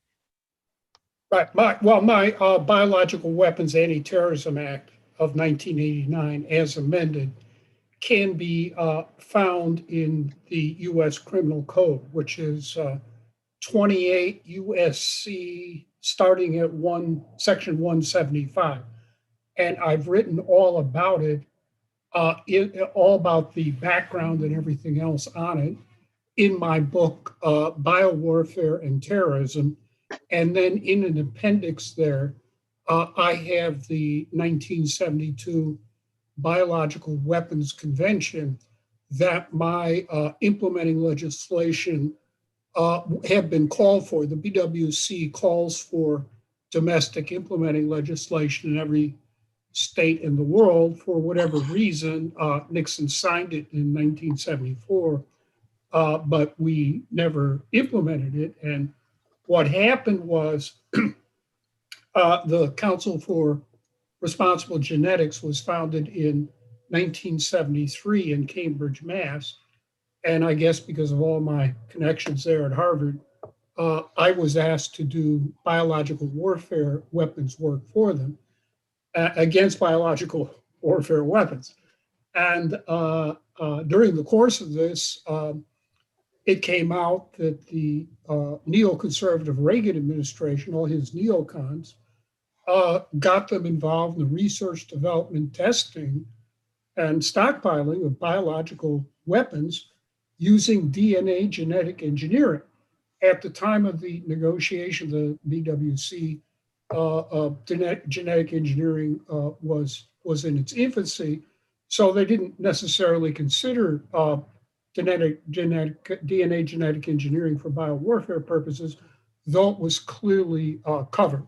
So in 1985, CRG asked me to give a briefing on Capitol Hill to interested staffers for the House and the Senate. And I said, we really need overall implementing legislation for the BWC. And in specific, it has to specifically address itself and make it clear that this also applies to DNA genetic engineering. And by the way, if you look at my statute, you'll see I also anticipated synthetic biology. It's right in there.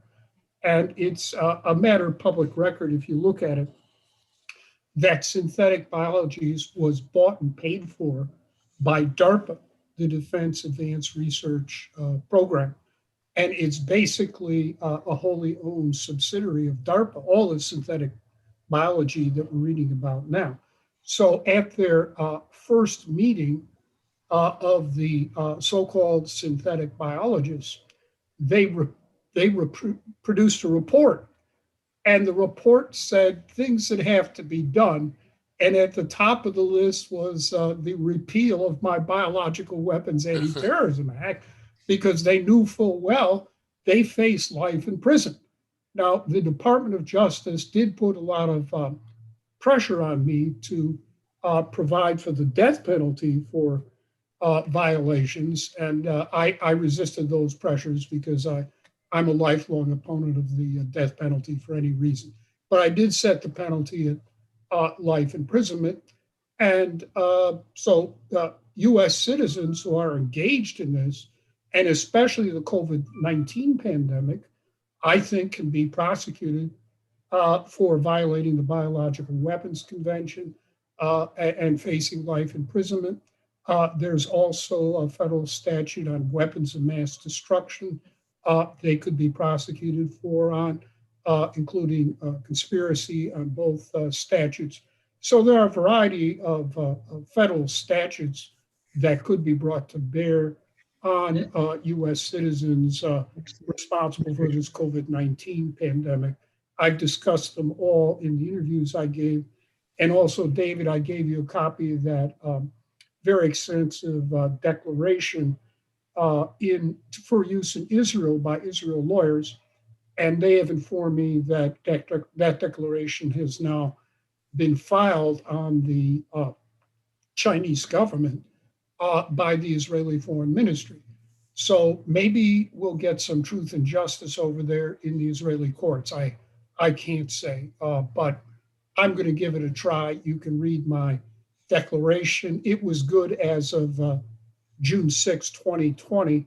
There's been more evidence that have come into the public record that supports what I've been saying. And now we have the Woodward tapes of Trump admitting to us all that he's been lying from the get-go. One, about the existential lethality of COVID-19. Two, it travels through the air, which is a hallmark of a biological weapon. And three, of course, it affects children. Although I did want to say, I've been edified by the lecture given by my colleague and friend, Dr. Meryl Nass, that hydrochloroquine could work here. I've worked with Dr. Nass for many years against biological weapons, and I have a great deal of respect for her opinion. And that gives me some hope. I'm not a doctor, I don't treat patients, but it certainly gives me some hope. Thank you, Dr. Great. Nass. There's a second question for you too. It refers to biolevel numbers on these labs. Is that the same as P1, P2, P3, et cetera, labs from the past on the levels of their dangerous activity? Pretty much the two most dangerous are biosafety level 3 and biosafety level 4. The Wuhan BSL-4 is a biosafety level 4. Fort Detrick is a biosafety level 4. They aerosol, at BSL-4s, they aerosol biological warfare agents, aerosolize them for the purpose of delivery to human beings by breathing them. So aerosolization has always been a tip-off of a biological warfare weapon. BSL-3s are quite dangerous too. They involve DNA genetic engineering to manufacture biological weapons, and especially gain of function activities that makes them more lethal and more infectious. We know from the contract, which I've read and analyzed, you can look at my declaration and the interviews I've given, between the University of North Carolina and the Wuhan BSL-4. That's where COVID-19 comes from. And the UNC at North Carolina is a BSL-3. They don't have moon suits and portable air supply. That's what Wuhan BSL-4 did and aerosolized this stuff. I'm not saying that this was released deliberately by China. I think it was a leak, but all these leaks are predictable. And indeed, I predicted them. If you look at that award-winning documentary by Cohen and Nadler, Anthrax War, you will see I predicted this. I served as a consultant. I appear in there repeatedly, including the last frame, where I say, this is a catastrophe waiting to happen. And if you call up, the last time I looked last week, the webpage for Anthrax War, you'll still see that they feature one of my warnings on there. So of course this was predictable. I predicted it at least back to 2009. Indeed, in 2001 at that CRG convention at Harvard Divinity School, Dr. King and I, Susan Wright, who worked against, a physicist who worked against biological weapons at the University of Michigan, and the executive director of CRG, put out a statement on all the dangers of the biological research work that was being conducted by the United States government and abroad. And you can read that statement again in my book, Biowarfare and Terrorism, 2005, Clarity Press. It's a paperback, so I'm not making any money on that book. With the royalties, I might be able to buy my wife a pretty good Italian pizza. But that's about it. And maybe a bottle of wine in there and the royalties on that book. But it's all in there. If you want to read even more background, my book, The Future of International Law and American Foreign Policy, the Transnational Publishers, 1989, goes all the way back to the work I did for Council for Responsible Genetics, my 1985 paper that I delivered at Capitol Hill, calling for the implementing legislation of the Biological Weapons Convention, my critique of the Reagan administration's neocons getting into DNA genetic engineering for biological research and things of that nature. And then I have another article you can find doing a Google search recently put out by Scoop News in Australia, I think, entitled 13,000 Death Scientists Are Hard at Work. And that article by a friend of mine, Sherwood Ross, an investigative reporter, used to work for the Chicago Sun-Times. I'm a native Chicagoan. You'll see my written answers to a series of questions he posed to me about the dangers of U.S. biological warfare research. And again, in that 2015 October, I researched those answers. And I said there, quote, "This is a biocatastrophe waiting to happen," unquote. And I specifically condemned the University of North Carolina because it was well known. They were involved in this. My alma mater, the University of Chicago, was involved in it. My triple alma mater, Harvard, was involved in it. That chair of the Harvard chemistry department, Lieber, he was over there in Wuhan. They gave him his own lab. He's a specialist in nanotechnology, aerosolizing biological warfare agents. He also worked for Fort Detrick, doing the exact same thing from him. I believe it's a cover story that Harvard knew exactly what Lieber was doing over there in that Wuhan BSL 4. He said that with 3 degrees and 7 years and having taught 2 years at Harvard. They knew what the chair of their department was doing over there. Harvard is even listed as a sponsoring research organization for the Wuhan BSL-4, as well as the WHO. And as correctly pointed out, Fauci paid for it, NIAID paid for it, NIH approved it. The FDA was involved in that research, not just supporting it, which gets to the so-called COVID-19 vaccines.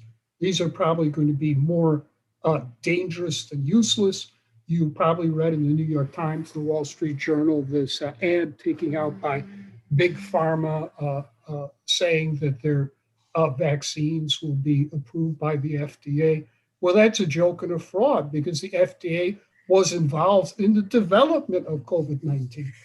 And the last time the FDA gave emergency use authorization to vaccines against biological weapons was in the run-up to Go For One by Bush Sr., where they gave emergency use authorization for the use of experimental vaccines against anthrax and botulism in violation of the Nuremberg Code of Medical Experimentation. And those American vaccines, those experimental vaccines, were given to about 500,000 US troops. The last time I looked at the figures, which was a while ago, about 11,000 of those troops have died and 100,000 have been disabled. So I think you can extrapolate from there what's going to happen with these vaccines. I do agree with Dr. Nass that what we really need to be doing here, putting all of our time, effort, research, and money is therapeutics, like hydroxychloroquine, like I think perhaps Dr. Nass has spoken before about plasma, that very well could help too. Again, I understand. I have 2 doctorates from Harvard, but I can't take your appendix out.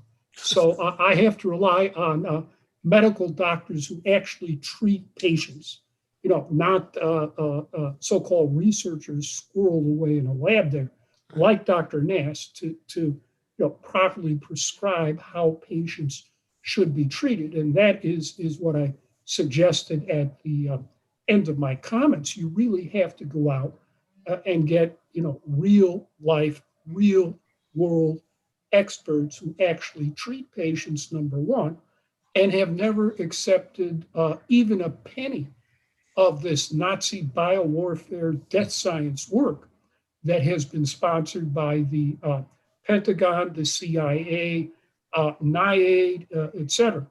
That you can't trust those people. They're all in this up to their eyeballs. Right. Well, thank you very much. That's a very good answer there. We have time for only one more question because we've got to be out of here, end at 6:30.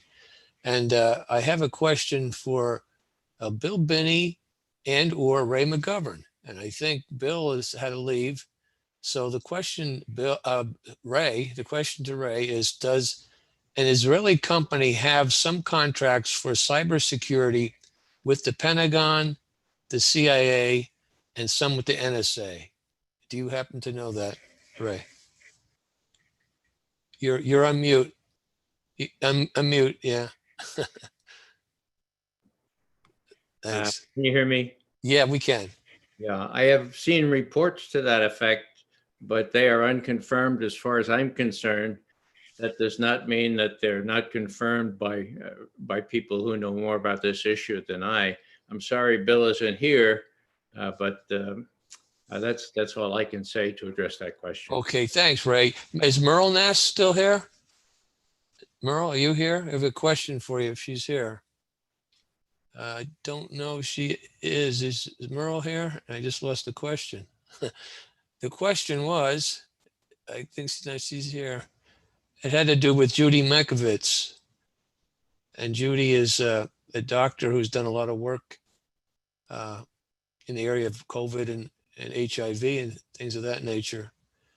And that's about it. See if I can get another question. Let me respond to that one, David. I can't speak for Dr. Nass, but yeah. The Israeli lawyers that I am working on in this case in Israel also asked Dr. Mekovitz to submit a declaration in this lawsuit with me. I have not read her declaration, but I did read her book on pandemic, and I also saw her 2 videos, and I would recommend them. I think they're worthwhile. So both Dr. Mackovic and I are working with these Israeli lawyers. I did inquire with the Israeli lawyers in this lawsuit against China about how they were planning to get around the sovereign immunity of China in Israeli courts, which, as you know, is going to be very difficult here in United States courts because of the Foreign Sovereign Immunities Act. But they informed me they had a precedent there in Israel for doing this under Israeli law. So I said, fine, I'll give it a shot. The lawsuit, in my opinion, is meritorious, but the main question for me was, I have a limited amount of time to work on lawsuits. I do. I'm a licensed attorney myself. But I had to have some idea how we were going to get over China's sovereign immunity. They provided it to me. I guess we're going to see what happens on that. Okay, well, that's Dr. Mikovitz is involved in this with me. Yes. Wow, that's really exceptional. Thank you for that information. Well, listen, our time has come to an end. I think this was quite an event, and we have a lot of questions that should be answered, and we don't have the time to do it right now, unfortunately. But I want to thank all the speakers for being here. Everyone did an exceptional job. And I want to thank all the people that came and watched and listened. This will be turned into tapes, so you'll be able to catch everyone's talk from the beginning You'll be able to see the whole 3.5 hour event, and you'll be able to see the individual talks too. And we'll start doing that as soon as we end this. This will go to our people that do that to cut it up. But again, the Lawyers Committee is trying to do something special. And if you can help us, that's lcfor911.org. We need your support. And this is actually the second year in a row we've worked with TAP. Last year, TAP helped us in New York City at All Souls Church set up. And this year they provided the technical support for this program, which is outstanding. There was some little glitches, but I think there's glitches in all, you know, with even big enterprises have their little glitches. And I'm sure these glitches will be worked on and worked out. But I want to thank everyone for being here. And as we started off in a sort of a patriotic sense, we are all good Americans. We want to do the best thing for our country. And we want to embrace each other in that regard. And so thank you for being here. Please support our efforts. Good night and take care. All right, David. Thank you. Take care, Thanks, everyone. Good David. night now. I'm going to end the meeting now. Thank you, everyone. Thank you. Bye-bye.